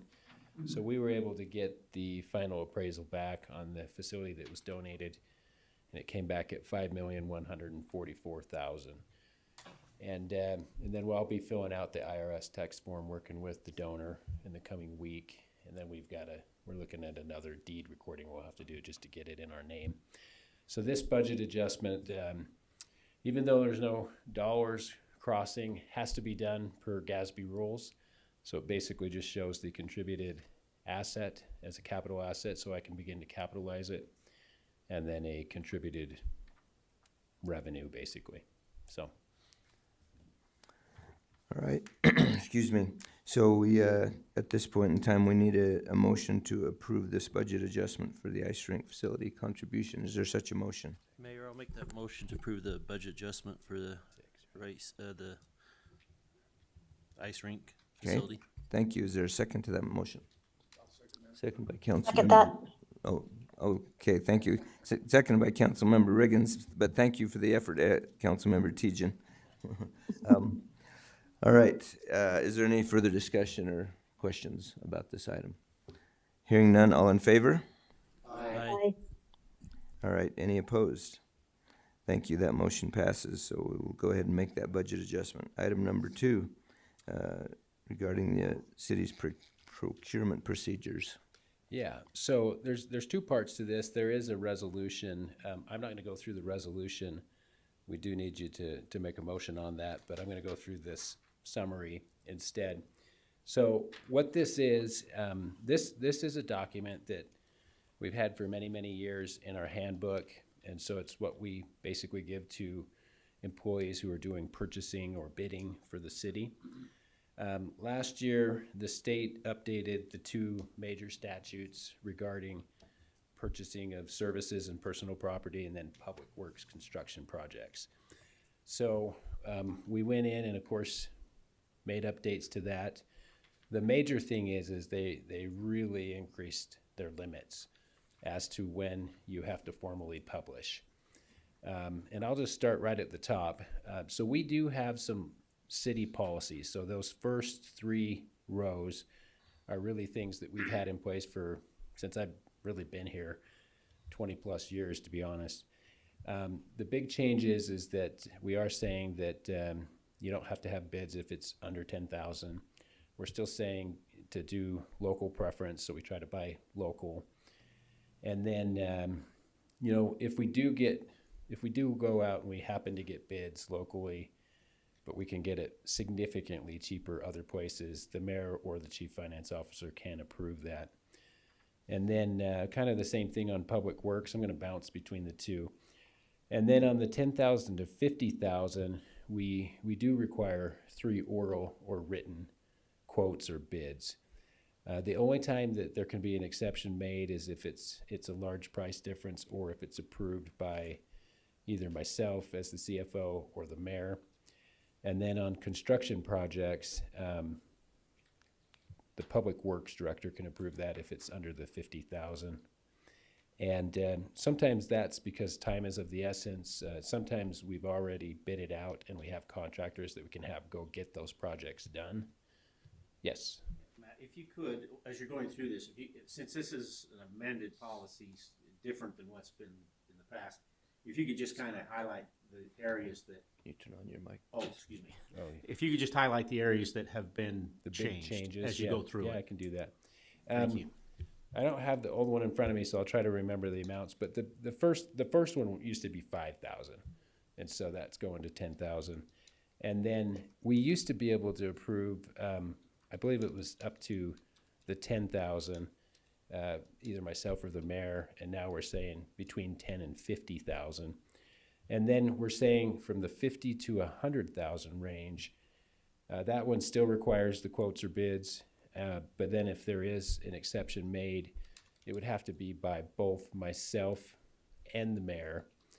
And then that one on the Keith's side, or the public works side, would actually need to be required by all 3 of us. And so we would all need to get together. Now here's where the big changes are. I have a question. Yeah. So on the quotes, what if 3 cannot be, like, is there an exception if you can't get 3, if you can only get 2, or? Yeah, and that happens a lot, actually. And so we seek to get 3, Sometimes we can only get 2, sometimes we only get 1 because they're unresponsive. And so as long as they've made that effort and they can prove they've made that effort, we make those exceptions. So is that approved by you or the mayor in that instance? Does that include, sorry, what? Is that approved by you or the mayor in that instance then? Yes, yeah. And, Okay. and the process for that is the person trying to procure the item actually emails it to me and or the mayor, and then we keep a written email that goes to the accounts payable, just so that we have all that documentation of how it was approved.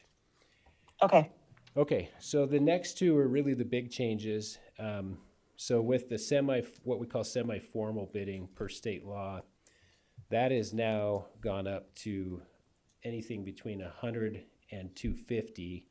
I believe it was 50,000 before that it started. And anyways, that one, you can do it really, you could send an email out, you could call the individuals to get bids. And then what happens is you have to accept the lowest qualified bid or reject all bids. And then the last one is if it's a project over 250, which I believe this was over 100 on the old one. That one you actually have to formally put it in the newspaper. And of course with all of these big projects, the over 250, we also put it on our website. We have a whole bid process. And then we also keep lists to be able to send it out to vendors for these big projects and procurements, just to make sure that we get the most bids that we can. So, any questions on that? I know that's pretty quick. Matt, just a question on especially the first 3.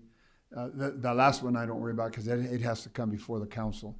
But those previous ones, do we have some protections in place? Even when you're spending under $10,000, because like the first one says, except due to large price differences, then it's got to be approved by you and the chief. So in those, do you have some? Are there the head of a department with and 2 or 3 people who are signing off on it rather than just kind of, hey, I like you, so I'm giving you the bid and kind of thing? Yeah, great question. Spencer he said he can speak to it, but I will add that, these need to still be budgeted items as well. Okay. And so that's another layer of approval that really comes from you as you adopt the budget. And so keep that in mind as well. And then yeah, we're not just saying, hey, you're my buddy, I'm not going to require you to go get bids. I have very regular conversations with people where I'm like, nope, sorry, you got to go get 2 more bids. And so we're still encouraging them to always go do that. From my perspective, that's security. Yes. Protection. So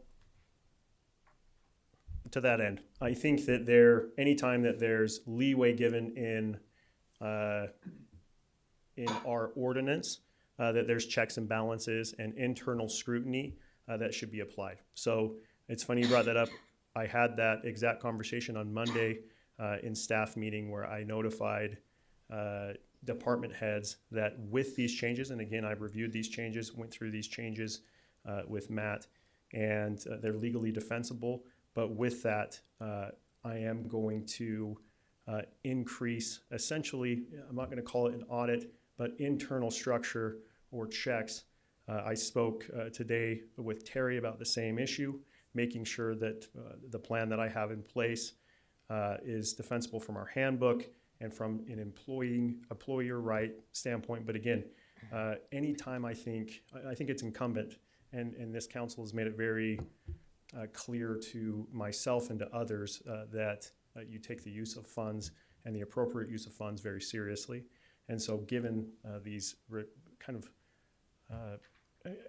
again, it's still more restrictive than the state, but again, with that change will be an accompanying level of scrutiny that comes from the legal department and will just add to my reputation as the no fun police around here, because I'm sure that they'll love me when I walk in there and start pulling random receipts. So, and thanks. Being through the process, being a lieutenant there and going through this for many years, even an officer or anybody down there, it goes through, there's chain of command, goes through to the department head. It's definitely a major step to go through. It's not just, we definitely look at spending the funding and the taxpayers' money very seriously and very careful. So it's definitely, as it goes up, it's not an easy thing. I appreciate that explanation. Thank you very much. You know, Matt, just since we're talking about bidding and things like that, I would like to just be fully transparent and make it clear that some of the Facebook posts that have gone on about our tree grant and my landscape company doing all that work and stuff are not true.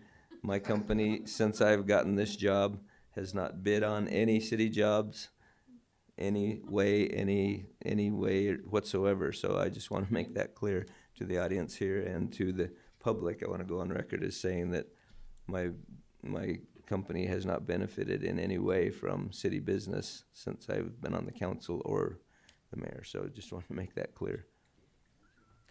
And then Eric, I did find it. So the old number, that top row was under 5,000. The second row was actually 5 to 15,000. And then it was 15 to 50,000 on the third. And then on the state side, they had one that was 50 to 100 and another 100 to 200 and one over 200. And so now it's just the two, the 100 to 250 and then the 250 or over 250. So Matt, is the purpose for this to try and streamline the process a little bit? I mean, it just seems like we're loosening the requirements a little bit. Is it been a problem? I think there's a couple things. I definitely think the under 5,000 was super inefficient. And that 5,000's been in for a very long time. 5,000, when that got put in place, is probably a $12,000 item now. You know what I mean? Just because of inflation. And so I think that there is some form of efficiency. There are, you'd be surprised sometimes how hard it is to get 2 or 3 bids on specific items, especially when you get into the public works arena. And so I think having the ability for the mayor, the public works director, and the CFO to be involved, we understand those categories. We deal with that all the time. And so sometimes we already know the answer, and we're just wasting a lot of time trying to get those bids. But the biggest thing is we wanted to make sure that our policy matched the state policy, which was totally different from what we used to have. So, great, thank you. Okay. All right, so then at this time, if there are no other discussion items on that, we need a motion to approve Resolution 2026-06.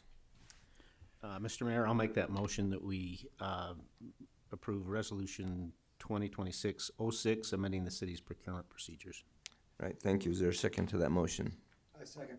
Second by Councilmember Reeser. Okay, any further questions or discussion? Hearing none, all in favor? Aye. Aye. Any opposed? All right, that resolution passes. We will go ahead and make those adjustments. okay. Thank and you. then we'll add it to the handbook, and then it goes out to all the employees just so they'll get notified. Okay. All right, thank you.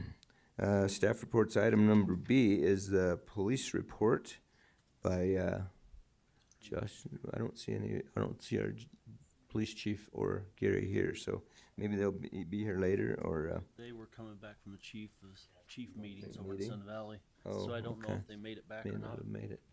I told them I'd cover. Oh, okay, all right. We'll have, I don't have a ton to add. I was gonna say that, we sent these mailers out and we have quite a few extras. And so if you guys have people asking you questions, I figured I'd leave some of those if you wanted to take them, because that directs them to the webpage. But one thing I do want to bring up is I think that a lot of people, they had a great question. They said, well, what does the 2028 tax year mean? And I don't think a lot of people actually know that answer. And so what it really means is, so if somebody came to you now and said, hey, I just made my first payment, my first half of payment for my taxes last December, that is actually the 2025 tax year. So you get notified in November, you make your first half of the payment is due in December. So really the second half of the 2025 tax year is actually due in June of 2026. So fast forward, what we're asking on the ballot is that we wouldn't put it until 2028, which means that they're gonna get notified in 2028. And I think that even I and some of us misrepresented that because we thought it was 27.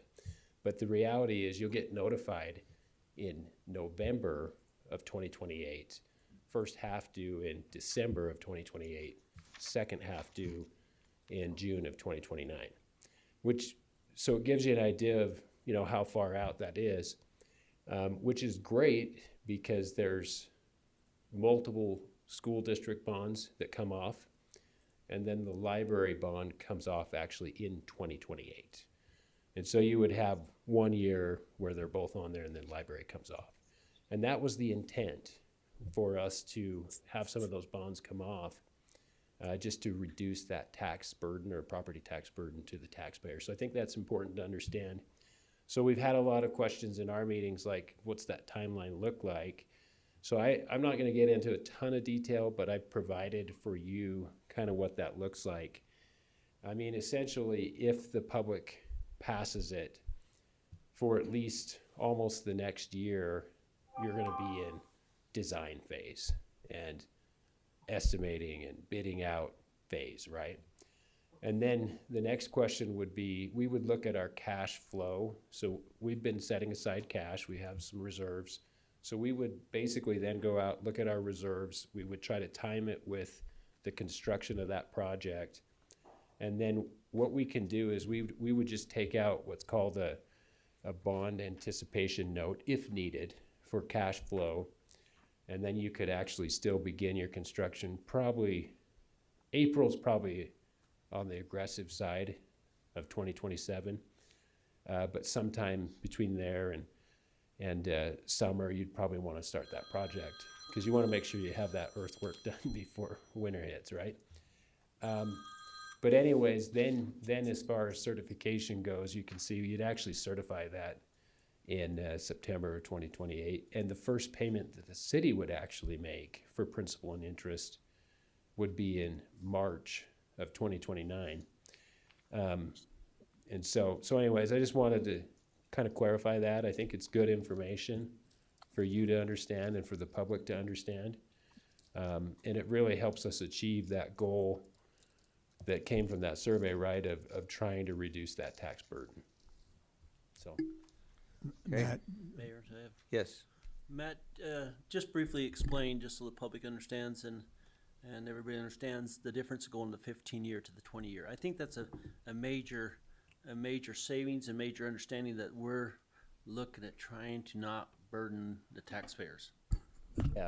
Yeah, and unfortunately I don't have the number right in front of me, but essentially what it is that extra 5 years, I mean, it really does two things. It really increases the total interest that you end up paying, and then you're paying 5 more years, right? And so when we looked at how much the difference was, because I think I don't have the number in front of me, but if we even went to the police bond page and pulled it up, there's an example there of the average home price. And if I remember right, it's around $150 to $60 a year. And if you think about the difference between the 15-year and the 20-year, it was like, if I remember right, it's like maybe 140 or something like that. And we just felt like, you know, $15 to $25 difference per year, it wasn't really worth it to extend it out another 5 years and pay, you know, millions of dollars more in interest. And so that's why we went with the 15-year. So. Yeah, that's a good point. Matt, my question was, have you done an analysis of what the difference would be if we paid off, if a school bond's going to disappear, the library bond's going to disappear, versus what the police bond would be? Because then all of a sudden now that 140 or so that you were just talking about just shrinks, right? Because you're no longer Yeah. depending on the other ones. So you do the math for me. I'll give it to you. So in 2025, so remember the second half of that's due in June of 26. Madison has their $40 million bond coming off that is about $537,000 a year. So that's 537. They also have in 2027 coming off their $19.5 million bond that is about $1,123,000. So you add those two up, 1.6, 1.7 million there. They also have, that's coming off this year, or at least it comes off in 25, but of course that's not due, like I say, till June 2026. Their supplemental levy, of course, they are putting that back on. And so that's back on for the voters to decide on. So that one may or may not change. And then the Madison Library is about $283,000 a year. So you're probably close, you know, even if the supplemental levy goes back on, you're a couple $1 million that comes off by 2028. And then our amount is about 1.37 million for the police bond. So. Okay, any other questions or comments about the police bond? Okay, thank you, Matt, Okay, appreciate thanks. that. All right. All right, item C is our Public Works Report, Mr. Keith Davidson. Item number 1, a surplus item. Surplus. Thank you, Mayor. So we have a couple items that we would like to surplus. One is a 1997 Ford Ranger pickup, and then the other one is an E-Z-Go battery-operated golf cart. And so we're just seeking council's approval to surplus these items. All right, any questions about these items? I'm very familiar with them. Yeah. We didn't want to keep the 1997, right? It's a classic. All right, I would entertain a motion then to approve. Yes, I'm very familiar with both of these vehicles, and I'll make the motion to surplus both of them. All right, thank you. Is there a second to that motion? Mayor, I'll second that. Okay, seconded by Councilmember Riggins. Any further discussion or questions? Hearing none, all in favor? Aye. Aye. Any opposed? All right, we will go ahead with that surplus. Item number 2, LID construction bids. Yeah, so thank you, Mayor. So we had the bid results. The bid opened yesterday for LID 55. We had 4 bidders on there. JM Concrete was our low bidder at $3,294,540. And so we're seeking council's approval to award to JM Concrete on that amount. It also, based on our estimates that we sent out to the property owners, overall, it was about 33% lower than those estimates that we sent out. Now, some were higher and some were less than that 33%, but on average or so. Okay, all right. All right, if there are no questions, are there any questions about this? I do have a question. Yes, go ahead, Have we ever Councilman. dealt with JM Concrete ever before? Yeah. And they have done a great job for us and everything like that, Well, there were some things that went a little slow, but we didn't have a problem with the product at the end, but there were some timing issues that we'll be having definitely some discussions with them on. And did we put any time frame or specifications so we know they will meet at this time? Yeah, so those are in the contract documents.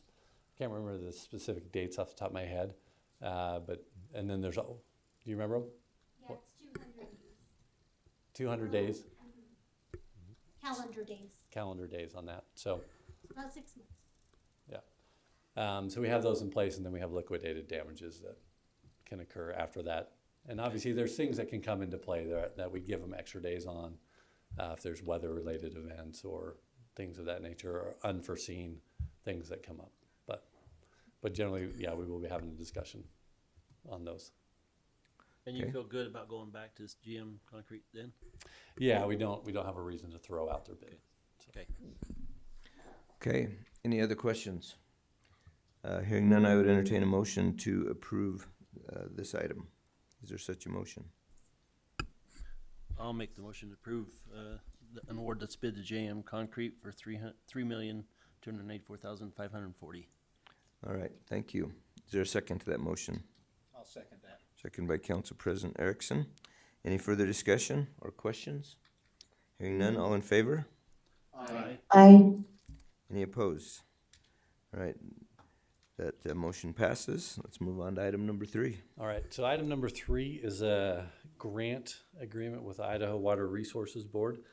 And so this grant, it's a 50-50 match. And so what we've received this grant for is to take Porter Park off of our culinary system and move it and use water out of the canal system. So we're gonna use surface water for irrigation of that park, which I think will be beneficial for our community. Okay, any questions about this particular item from anyone? Hearing none, I would entertain a motion to move forward with this particular item. Is there Mr. such a Mayor, I motion? move that we approve contract number 9097, this water conversion grant. All right, thank you. Is there a second to that motion? I'll second that. Second by Councilmember Reeser. All right, any further questions? Riggins, he seconded. Oh, sorry. Oh, sorry. Councilmember Riggins seconded it. Okay. Any further questions or discussion? Hearing none, all in favor? Aye. Aye. Any opposed? All right, we will go ahead with that and Thank you. receive that grant money. Any other questions for Keith before we let him sit down? I'm gonna make one comment. With all this wind that we've had coming up, and you see a lot of our street lights, the red and green lights, the cover You're on talking the about the outside, back plates on Yeah. them have come off? kinda Yes. heading towards St. Anthony. Yes. Do we need to replace them to make sure the citizen can see that light, or, I know they're there for a reason, but I know a lot of them. Yeah, it just left. helps out, especially with the reflective. Yeah, those are things that we need to look at replacing. Some are, we'll be getting with the state on those, so anything on State Highway 33. But on those other ones that involve us, yes, we want to be replacing those. And then one more comment. Go ahead. It's a bad word. I'm gonna bring it up. I've talked to you about this. The potholes on Main Street for the state. Have they got up? I still see the one over here by Walgreens to get Okay. them patched. Yeah, I'll follow up with them because I did have that conversation with their maintenance They could have foreman. came the last like 3 days. I haven't seen it in the last 3 days, Okay. but Check it out where you're looking at and then let me know. Okay. And if it's the not one over here filled, could take a car out, but I just, yeah, okay. I'll look So, at that. okay. I know that's a bad word, so I don't really wanna say it. All right, thank you. Appreciate that. Thank you, Thanks. Keith. Just a heads up for you, we'll be bringing that capital improvement street plan for your approval on next council meeting. So maybe if you've had a chance to look through it, or if you have any comments, let me know, and then we can move those forward. So thanks. Okay, thank you. All right, thank you very much. Item number 7 is the mayor's business. Item number A is to ratify Mr. Chad Richards as a member of the airport board. Chad is has been a member of the community here for a lot of years, part of our construction community. He was one of the foremen or folks in charge of the Rexburg Temple construction, worked for Jacobson Construction at the time, and I got to know him as part of that construction team. And he now, since when they finished the temple and told him he needed to move back to Utah, he refused because he decided he wanted to live in Rexburg. So he actually got a new job with Headwaters Construction, and has been living here in the community ever since and working with that company. He has expressed an interest in being on the airport board and helping with that particular part of the city and county. The city airport, of course, is a city-county owned facility, and we have representatives from both the city and the county on that board. Council member Colin Erickson is our council liaison to that board. So at this time, if there are any questions about this item, I would entertain a motion to ratify Mr. Chad Richards as a member of the airport board. I'll make that motion to ratify Chad Richardson's to the airport board. All right, thank you. Is there a second to that motion? Second. Second by Council President Erickson. Any further questions or discussion? Hearing none, all in favor? Aye.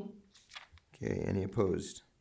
All right, we will go ahead and notify the board of that ratification. Thank you.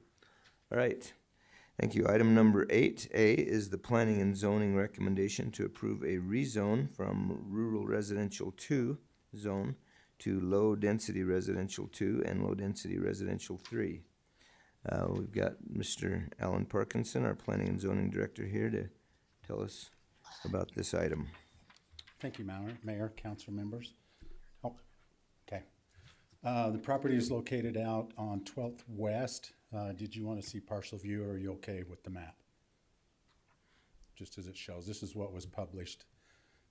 Property is the Steiner Parkinson property, located almost directly across from the church house, right next to Summerfield in there. The applicant has asked to rezone this. The back 6 acres approximately he wants to take to LDR3. It is currently comp planned as intermediate, which this is the lowest that you can grant in that zone. Then he would like to bring the remainder of that to an LDR2 is the request that he wants to do a single family in there. Now, LDR2 can be single family, twin homes, or duplexes. That is all. LDR3 does allow those same things plus townhomes. So those are the types of homes that can be built in there. Staff looked at it, reviewed it. We had recommended it for approval to P&Z. P&Z reviewed it, and they have recommended it to you for approval. All right, any questions for Mr. Parkinson? Yes. One quick Councilor question. Reese. Sorry, I was getting the map up on my pad here when you were talking, and I missed it. What did you say types of homes could be in LDR2? Single family detached, twin homes, or duplexes. Duplexes, twin homes, okay. That is it. 8,000 square foot lots. 7,256. Just under 8,000. Yes.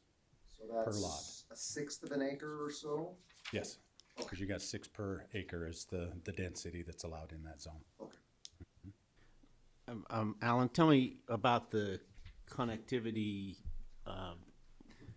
between the meadows and the parcel there to the north, and then also from LDR2 both out to 12th West and into the Willowbrook subdivision. Tell me what the city's going to require there. City's going to require connectivity to those other parcels.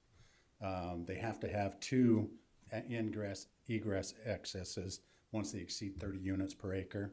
So that is part of the thing that will happen. So we also require that between subdivisions, which also slows down people having to drive out onto the main road, come around and drive back in to get to somebody that's 100 yards from their house. It reduces traffic on your main roads. It also is for safety of EMS being able to get through into different areas. The Meadows at this point only has 1 access, and so we are trying to figure out how to make that work, to make that connectivity into this parcel that is being asked to be rezoned. You're talking about to the north? It would be on the north end, on the west side is about the only option that has the possibility of that working. Okay. And the question I have on that, in looking at that, I drove out there and there's really not enough room it's not a city street. There's one room for 1 car with the parking they have there right now to do that connectivity to the other property. The way I understand that, we don't have to force the owner to the north to have that connectivity. They can have emergency, they have a gate there that they can open the emergency services and go through. It doesn't have to be a street that all those people go north. Like I mean, a to me, breakaway gate or something, yeah. To me, that kind of, it helps out the Meadows, but it definitely detrimental to his subdivision or this new looking subdivision if we force him to make that in, as I looked at what's built out there right now. I talked to Alan about this. A very high concern to me is, okay, we solve a problem with the Meadows, but we cause a huge problem to the north as we open that up. So we can have a lot of different things there. That's something to discuss later with That'll the developer. come in your plating process. As a plating, it can be emergency gating. It can be so they don't have everyday access that the fire department and emergency service can get through. there is a safety reason for have one on the south, but something we can look at. Okay. Right. Any further questions or discussion? Yeah, I had a question about the meadows themselves. Are those two city streets? I think it's Countryside and. All private. Sunflower. So those are not city streets? Those are all private roads inside there. So how can we require connectivity because we don't own the streets? We do that with everything. We do it between businesses. We want connectivity between parking lots. We want connectivity between subdivisions, just to create that ability for people to transpose or for emergency services. It's in our code that calls for that connectivity. Okay, so we're not going to have a dedicated second exit out of the meadows through this parcel? It would be a private road that would have to be maintained. And here's where it comes down to. These are decisions that are made during the platting process where we come in, fire department will look at it and go, what do I need to make sure I can protect the people in the meadows? How do I get that connectivity? Keith will also look at his and go, what do I need to make sure that I'm getting the proper connectivity for streets? Those are decisions that are made at that point. We'll address them then. We'll address them in those meetings. We get there for, okay. Anyway. And to that end, just quickly, and then any requirement that would be placed upon a developer is analyzed through an exaction or essentially a takings analysis from legal, and there's that conversation that takes place. But quickly, just before this council gets into deliberations, just one quick note for the record. Council is aware that one, possibly two emails were received after the public hearing has been closed. These communications have been received and disclosed. The applicant has been made aware of them because they were submitted after the close of the public hearing.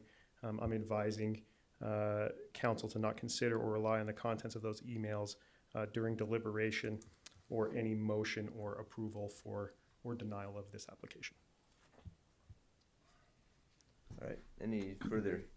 Yeah, I'd just like to so I went into the packet and tried to read, and I saw the email that had been sent to the mayor. I saw the other emails that you had included in the packet and so on. And then I went in and took a look at the considerations for approval. And my concern and I guess the only answer I want here, right, is that that as these decisions are made about road capacity, public services, and so on and so forth, that they not be based on speculation or hearsay, but that we have that we actually have evidence.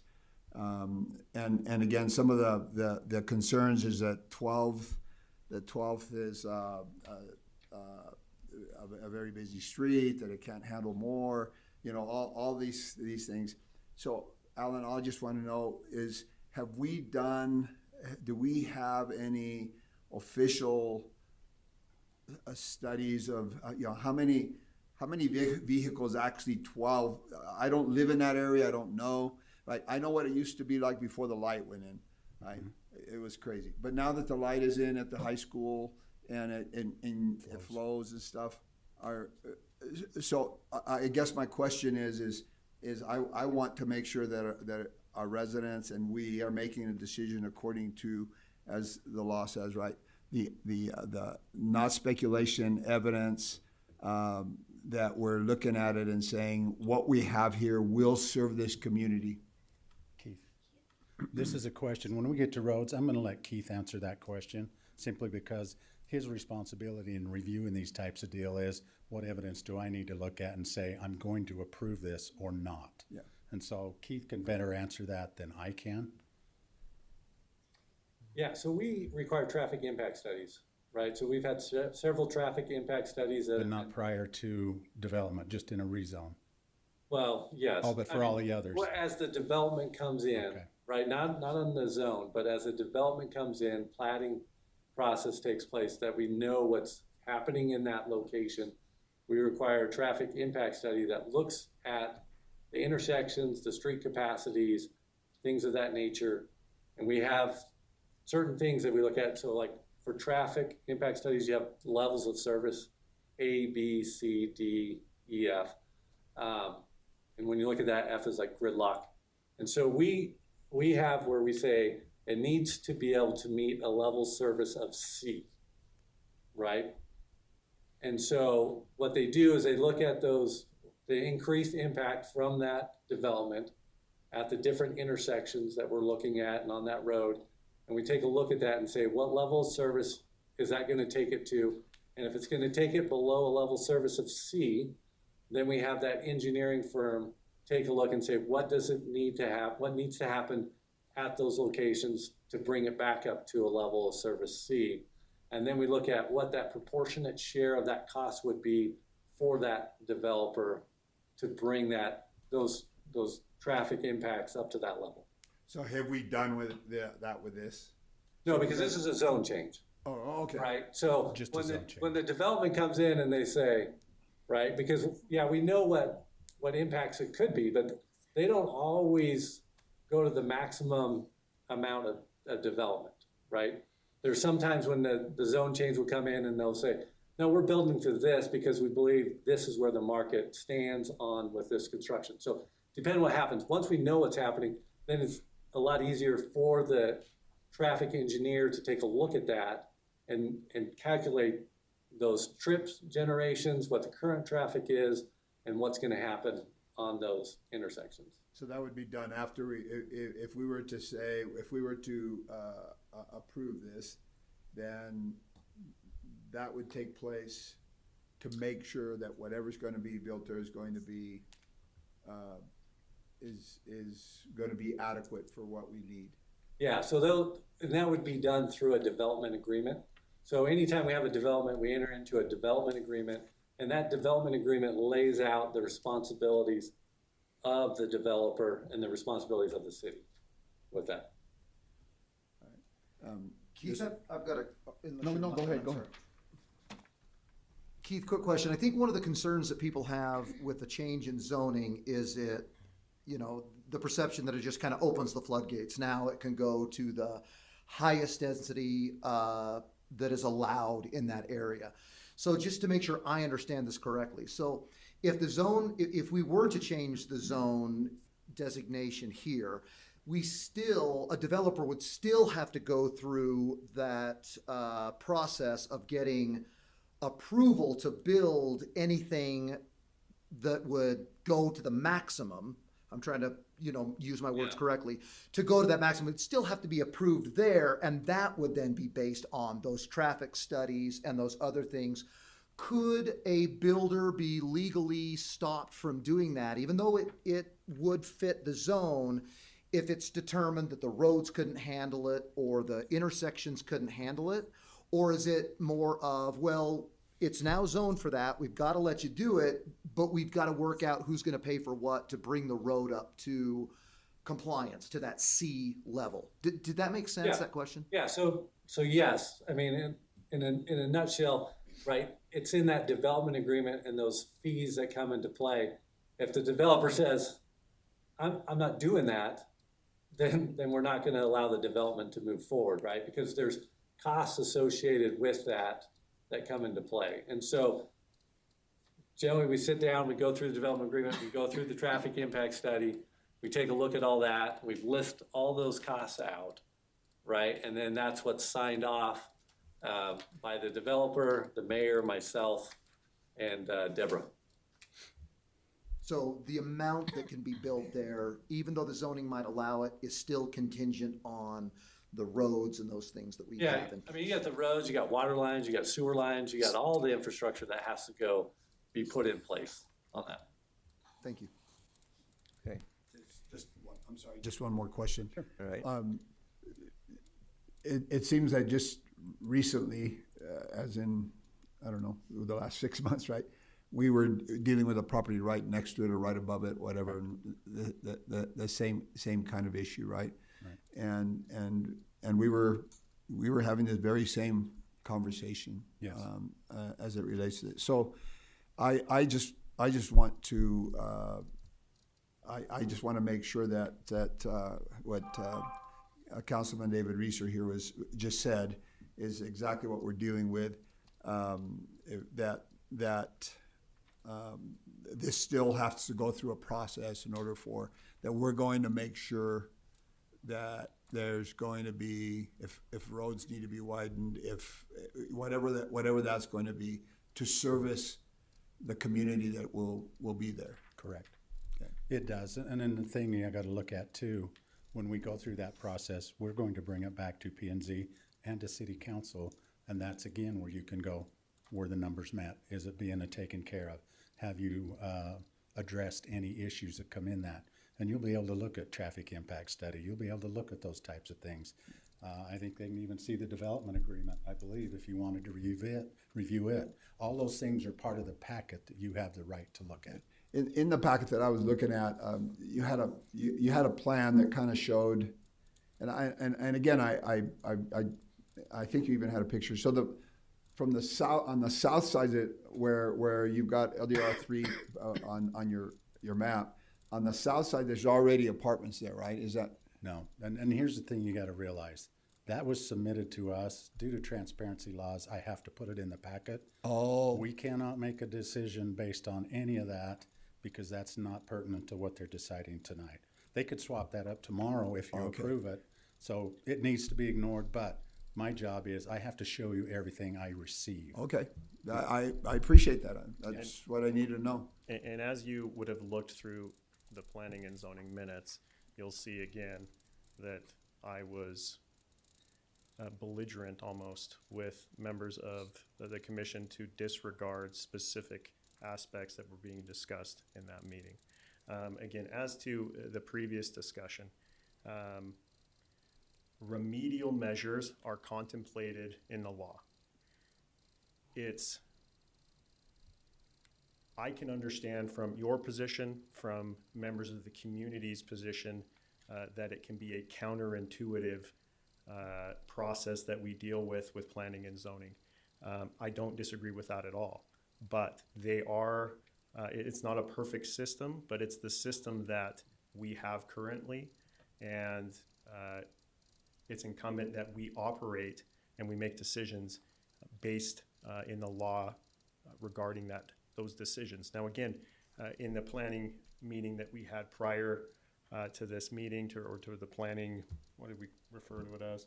The P&Z meeting? No, the one just before this one, the work meeting, we talked about some new legislation that's coming down in July. Now again, whether we agree or disagree with some of that legislation coming from land use decisions and land use issues, we are still going to implement those laws and incorporate that into our decision making. Because again, it's what we do, and we're going to continue to do those things, even if it's counterintuitive, even if it can be frustrating at times. It's the nature of the decisions that we make when it comes to land use and planning. Spence, before you get down, I want to just answer the couple questions we had on the 3-minute. One, was there a quorum?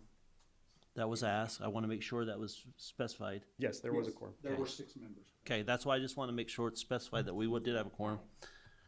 And that's the main thing I wanted to make sure. There was not 6, there was 5, There was correct? 5. Yeah, we only had 3 of us up there and then 2 online. Okay, There was but we only only 5. had 10 members, so it still meets the minimum. Yeah. Okay, that's why I just want to make sure that that's stated, that we did have that. Okay, then Alan, just a couple questions I have to bring up on this, and they say, Spence, you can sit down, probably. Thank Want you. to stand there.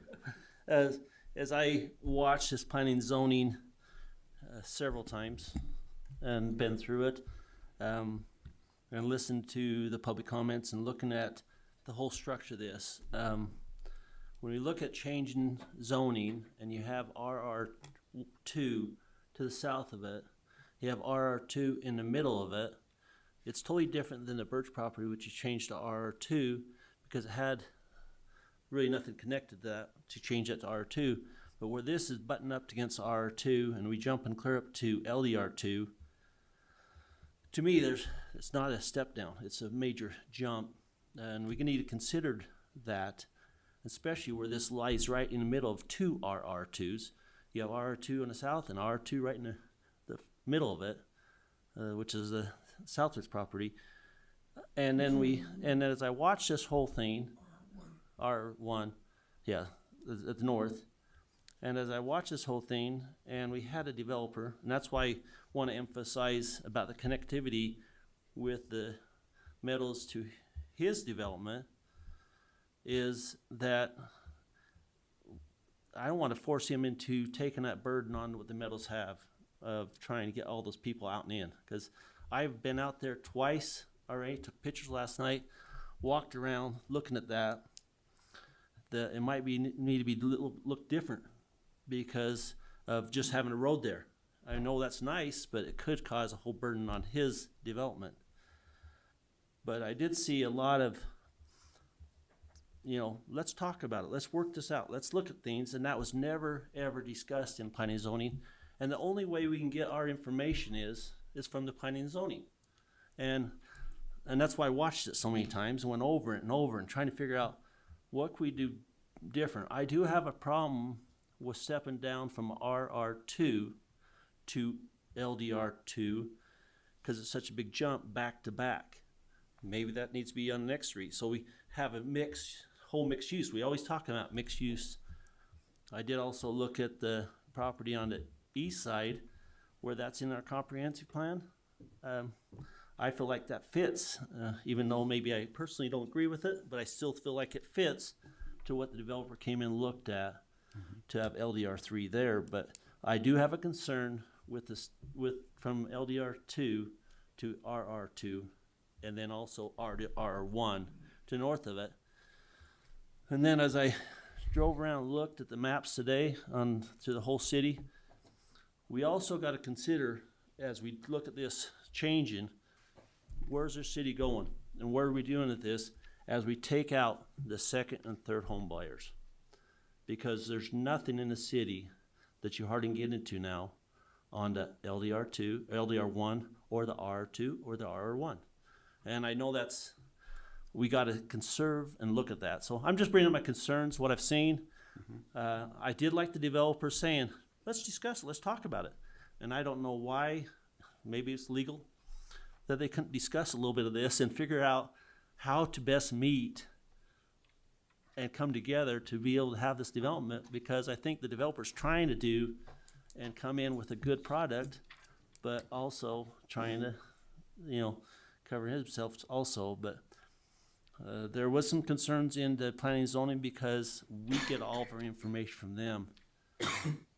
And it's hard to not go back and say, ask these questions, do this, come up with more understanding so we can make a better judgment and better decision for our community. One of the challenges, let me address a couple of things with that. If you also look, you mentioned across the freeway, we are MDR1 and HDR1. So you have that step down, which in LDR3 is a perfect fit going into that. You also have LDR2, LDR3 across the road, 12th West, which is also there. We have MDR, which is just down the road to the north a little way, MDR2. This is not considered a spot zone, and when we get into discussions with P&Z, and similar to this board, there are things we can discuss and there are things that we cannot. Number one, we can't speculate on what should or shouldn't happen on a piece of property. The citizens are able to get up and express their concerns and their deal, but it's not a time of negotiation in that meeting. Their job is to look at that and go, does it meet staff standards? Does it meet the code? And is this something that fits in this area? Does it, is it a spot zone? Is it anything like that? Those are the things they have to make the decision on, because what's happening in our country right now is a lot of developers are now coming back and suing if there are not valid reasons to turn it down. And so if they just turn it down because it says we don't like it or the neighbors don't like it, they can actually have that overturned by the courts, and the city is liable for those damages. So they're giving parameters in P&Z of what they can and cannot discuss. Even the fact of, well, why can't we look at these elevations of the homes and what's going in there? Because it can be changed after you approve it. We're not approving plans. We're approving a rezone only, so it's difficult to say anything other than what is the maximum density and are you comfortable with that? Anything less, you're gonna be okay. So that's the reason why we can't go deeper into some of those discussions, is it's not allowed by code. And looking at that, and one of the in zone change and discussion standards in Idaho law states that we need to look at the compliance of zone ordinance, the public service and infrastructure, and also capability with land and use impact. Compatibility. Yes, and connecting to that. To me, jumping from from R2 up to LDR2 is a huge jump, especially when you have another land, the R1, right next to that. That's my concern. I agree with some of the other stuff here, but I think, by the way, the law is, we gotta consider that. We gotta look at that on what it's doing to that land that's surrounding those neighbors and those people. But I believe you have already, because you've approved an LDR1 and LDR2 directly north of this property, which then fits close to what he's asking for. Now, the upper part that's LDR3, that's the lowest you can grant him according to the comp plan. He can't ask for less because of the comp plan. So he can't come in and say, make it an LDR2, because the statement in the early meetings was, we shouldn't be changing the comp plan. So he says, okay, I'll stay with the comp plan and do the lowest I possibly can. And he could come back and ask for a comp plan change, just He like was he denied did. the first time, and they On the told- north part of it, but not this Right. part. But they were told, we don't change comp plan. Yeah. And that was told in the meeting to him, to us, we don't change the comp plan. That's not an official position of the city. I want just Well, it was a statement that was Sure. made in the meeting. And that's why I say, I agree with the land next to freeway. I disagree with several of the comments in planning and zoning when he said, people do not want to build next to the freeway. When I can drive from here to Salt Lake and see $1 million homes built right next to the freeway, I'm built next to the freeway. I'm not $1 million home by any means, but, and there's other ones. So that comment should be voided out, but I do agree with the developer saying, I'm trying to do this, and it's in the comp plan. I agree with LDR 2-3 there. I don't think we can change that. Right. But where I have heartburn and disagree with, and what the state says that I should look at rezoning, is jumping from RR2 up to LDR2. It should be, in my opinion, maybe up to LDR1. Quarter acre lots. That would be a better, but that wasn't considered in planning and zoning, so we got to go off of what they're we not got to go given now. that option to discuss that at that point. And I wish they would have done that. I mean, I agree. I have to sit there. Mr. Diaz kept saying, let's discuss it. Let's talk about it. And I'm sitting there going, discuss it so we can make a better judgment. And it's just tough when they can't have any interaction and can't discuss what would be best in their backyard. Because the neighbor's going to have to live with what's going to be in their backyard. But we got to make that decision to what they got to live with. So. And that's the challenge you guys face. That's why we get the big bucks. Yeah, that's right. Okay. All right. Well, if there's no further discussion, the item 8A is the planning and zoning recommendation to approve a rezone from rural residential 2 zone to low density residential 2 and low density residential 3 zones located at approximately 401 South 12th West. This would be designated as ordinance number 1347 if the motion passes and considered first read. So at this time, I would entertain a motion to. Excuse me, Mr. Mayor. Yes. I'm assuming we were going to have the opportunity to deliberate here amongst ourselves. Is that what we just did? Yeah. Oh, okay. I'm sorry. I thought we were just getting input from staff. Usually there's a second step there, but that's okay. That's okay. Just briefly, these are difficult decisions. I knew probably when I ran for city council that this would come up, and the development is moving that direction. I mean, at least residential development is moving to the west. I don't think that anyone had any idea that those parcels between the Whittison and Willowbrook would not develop in some way. I've always been concerned that someone would come in with a project to develop it into some high residential properties, which has been I've been concerned about that. But the property that we looked at a couple of months ago was very reasonable. I thought it was very well presented. That, we went ahead and made that zone change. And this is just a continuation of that. I mean, it's the same, basically the same zoning. The lots are not as big as either the neighborhoods on north or south. You got half-acre lots on the south and 1-acre lots on the north. But if Rexburg's gonna grow, and it's gonna grow whether we want it or to or not. And it's gonna grow whether we want it or to or not. Thank you. Weird.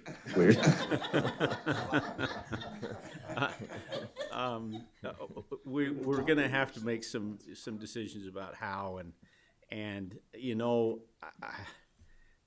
I'm in a situation where I'm in RR1. I'm at a 1-acre lot, but right behind me is LDR3. I've got townhomes right behind me, and it hasn't been a problem, and we've got great people living there. 11 was my neighbors, and I think that this proposal is reasonable. It's not high density residential. It's not bringing in a huge development that's going to have hundreds of people. Well, I don't know how many people will come in this particular development, but I think it's a reasonable approach to controlling growth in that direction. We have most of the properties out there. Live on LDR2 lots. When you talk about the Summerfield subdivision. And the extension of the Summerfield subdivision. Container. My concern is 12th West. I think that's everybody's concern. But the only way we're going to get changes made on 12th West is to have development begin and start, and then it may get to the point where we get into a D or a E level of service on 12th West. But until it gets there, we're not going to be able to qualify for funds to improve it. That's just the way it works. We just can't. We won't have we can't. It'd be nice to be able to get the cart before the horse, or the horse before the cart. But in reality, it's mostly we've got to get the cart moving, and then we'll hitch the horse to it when we get to the point where we've got to when we find some issues that arise. So, from my point of view, I think this is a reasonable approach to growth. I know it's going to cause some traffic issues through Willowbrook. It's going to cause some traffic problems on 12th West, but those are things that we're just going to have to mitigate and resolve as the issues come up. So that's my 2 cents. All right, thank you. I appreciate that. Mayor, may I just say one more thing? Go ahead. I think it's for me, from my perspective. I look at the list of considerations for approval that have been given. I also look at the law for zone changes, and I agree with you. I think that I want to trust the system.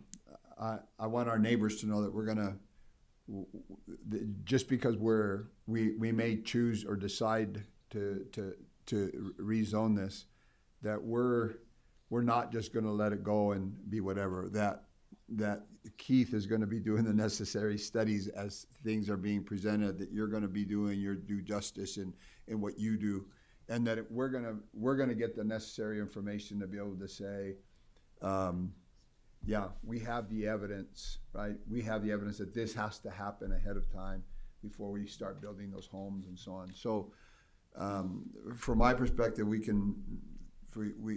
I agree with you. I think we can rezone it, but it's the next step for us that I think is going to be where we've got to know, and we've got to have evidence, and we've got to have what we need to be able to move forward.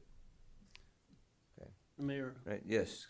just a couple more comments on looking at. I believe the developer's coming here and trying to do his best here to a point. But when we start looking at step down, when we're going from RR2 clear down to LER2, that's several jumps down without even giving consideration to the R2.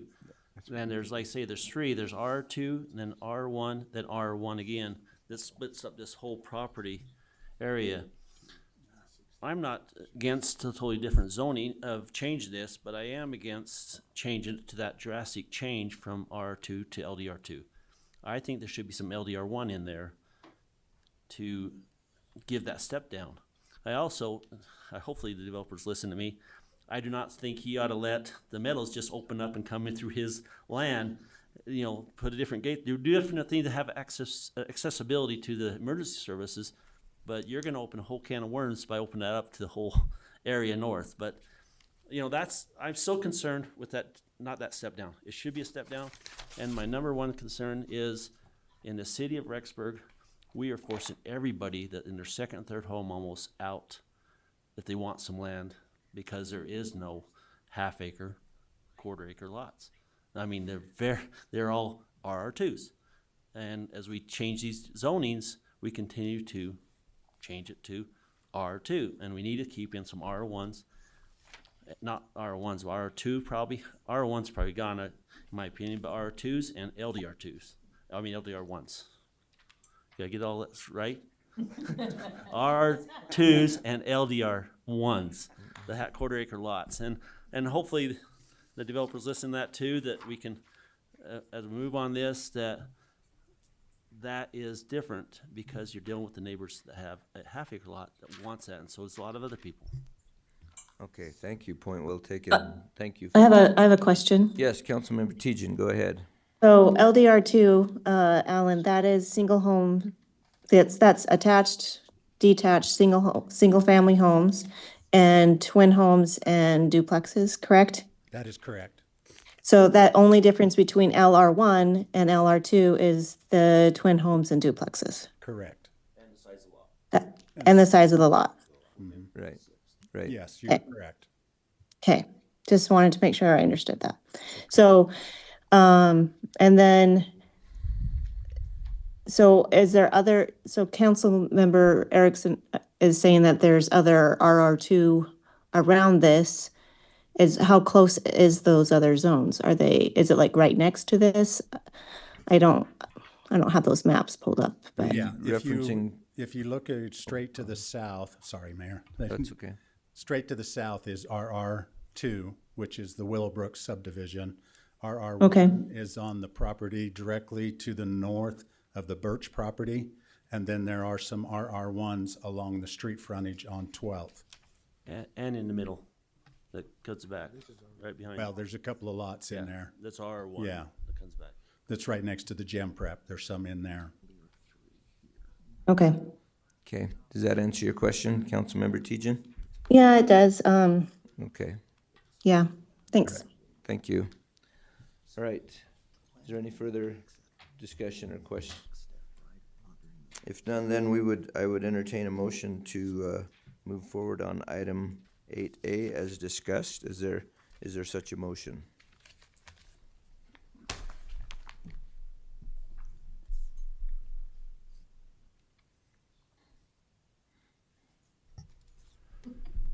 Mayor, trusting the law and the system, Yes. I make a motion that we move forward with the, I'm looking at the wrong page here, sorry. Or is it ordinance? Yep, thank you. With the planning and zoning recommendation to approve a rezone from rural residential to R2 zone to low density, LDR2 and low density residential 3. Okay, thank you, Councilmember Riggins. Is there a second to that motion? I'll second it. Seconded by Council President Erickson.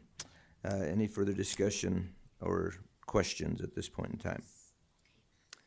Hearing none, all in favor? Aye. All right, any opposed? Aye. Okay, that is 4-1, that motion passes. So we will go ahead and consider that first read and move forward with the process. Thank you for the thoughtful discussion. All right, we'll move on to item number B, which is a staff recommendation to approve an amendment to ordinance number 1225, which is animal control prohibiting the sale of animals in certain situations in the city of Rexburg. This would be designated as ordinance number 1336 if the motion passes and considered first read. Attorney Rammel, would you please tell us more about this item? Thank you. This was brought to myself by our animal control officer, Scott Chapman, and then Sergeant Bovey. They expressed some concerns. Their concerns were twofold in why they're making this request. Number one is that the individuals who are selling or giving away these animals, there's been a number of instances where they're giving them to kids without parents present, and then the kids take them home, and then they end up over at the animal shelter. And then number two, a high increase of college-aged individuals who apparently can't resist in the parking lot, and then they recognize that their housing does not allow them to have them, and so there's been a huge influx of animals ending up back at the animal shelter. So again, to be candid, I pushed back a little bit, and why are we doing more? And then again, they circled back with me, and 6 months later, again expressing those same concerns, and we've gone through this ordinance. I think it's legally sound and would answer any questions if you have any. All right, questions? Mayor, Yes. I could probably voice on a little bit of this, because I was a supervisor over at the Oh, okay, great. for Yes, a lot of years. Please enlighten us, if you would. And the problem is that, it's not a problem if a rightful animal owner wants to come get an animal and take care of it. The problem is you have a lot of people come get it and take it, and then have it for a couple weeks, and then realize, or even a couple of days, college kids and also residents, and say, oh, this is dumb, they just gave it, and so they dump it out, or they take it to the animal shelter, and it becomes our problem. And this is why this ordinance is, in fact, I tried to push for it a few years ago, well, several years ago, I'm getting older, but that we do this just because they need to be responsible. The people that are raising these animals, that having these litters, that they need to take care of them and not just become the city's problem. So I think it's a good ordinance to try to stop this. I wish we could put a specification in there that they could, if they have license or something, but I think it's well written, and I think it will handle very well. Just for your information, Idaho Falls just did it as well. Just So passed it just a month ago or so. Yeah, we're not the only ones facing some of these similar issues. So. Okay, is there any other questions about this from anyone? So just to be clear, so this is stopping the sale or giving away for free of any puppies, kittens within city limits? No. Okay, I just making sure I understand it correctly. No, so that would be, so again, as you look at the language, there's safeguards put in place within that to allow the lawful sale or if you want to open up a business in which you, am I seeing the? This is to stop them from going out to Cal's, Walmart, Yeah, correct. Valley-wide, and standing on the street and giving away animals or selling them. But they can still handle things out of their home in other ways. They can still. So if it's a professional business, they can do it out of their homes? Yes. Okay, In all other right. words, you can put on Facebook, hey, I've got this whatever puppy for sale, and if people want to buy it, they can still do that. Right? For lack of a better term, it puts the cat peddling in the parking lots. Yeah. So it's just on the parking lots or along the road or anything like that? You can still do it on Facebook, you can still do it from your home? Correct, absolutely. Okay, all right, I just wanted to make that clear to anybody. Yeah, thank you for that clarification question. We appreciate that. That's like 3, the subsection shall not apply to the sale of a dog or cat from premises I doubt that Councilmember Tejan could hear that, but. Yep, so just, Councilmember Tejan, just if you look at number 3 within that, it specifies that designation. Yep. Can you see that? Okay. Yes, thank you. Okay, yeah, thank you for putting that up. Okay. Thank you. If there are no other questions or discussion, I would entertain a motion to move forward on this particular item. Is there such a motion? I'll make that motion, approve this. All right, Councilmember Erickson, and is there a second? I'll second that. Second by Councilmember Riggins. Any further discussion or questions? Hearing none, all in favor? Aye. Any opposed? All right, that motion passes. We will go ahead and move forward with this particular ordinance. Well, we'll consider that first read. All right, the item number B is the staff, item number C, staff recommendation to repeal ordinance number 1025, community safety lighting zones. This will be designated as ordinance number 1346 if the motion passes.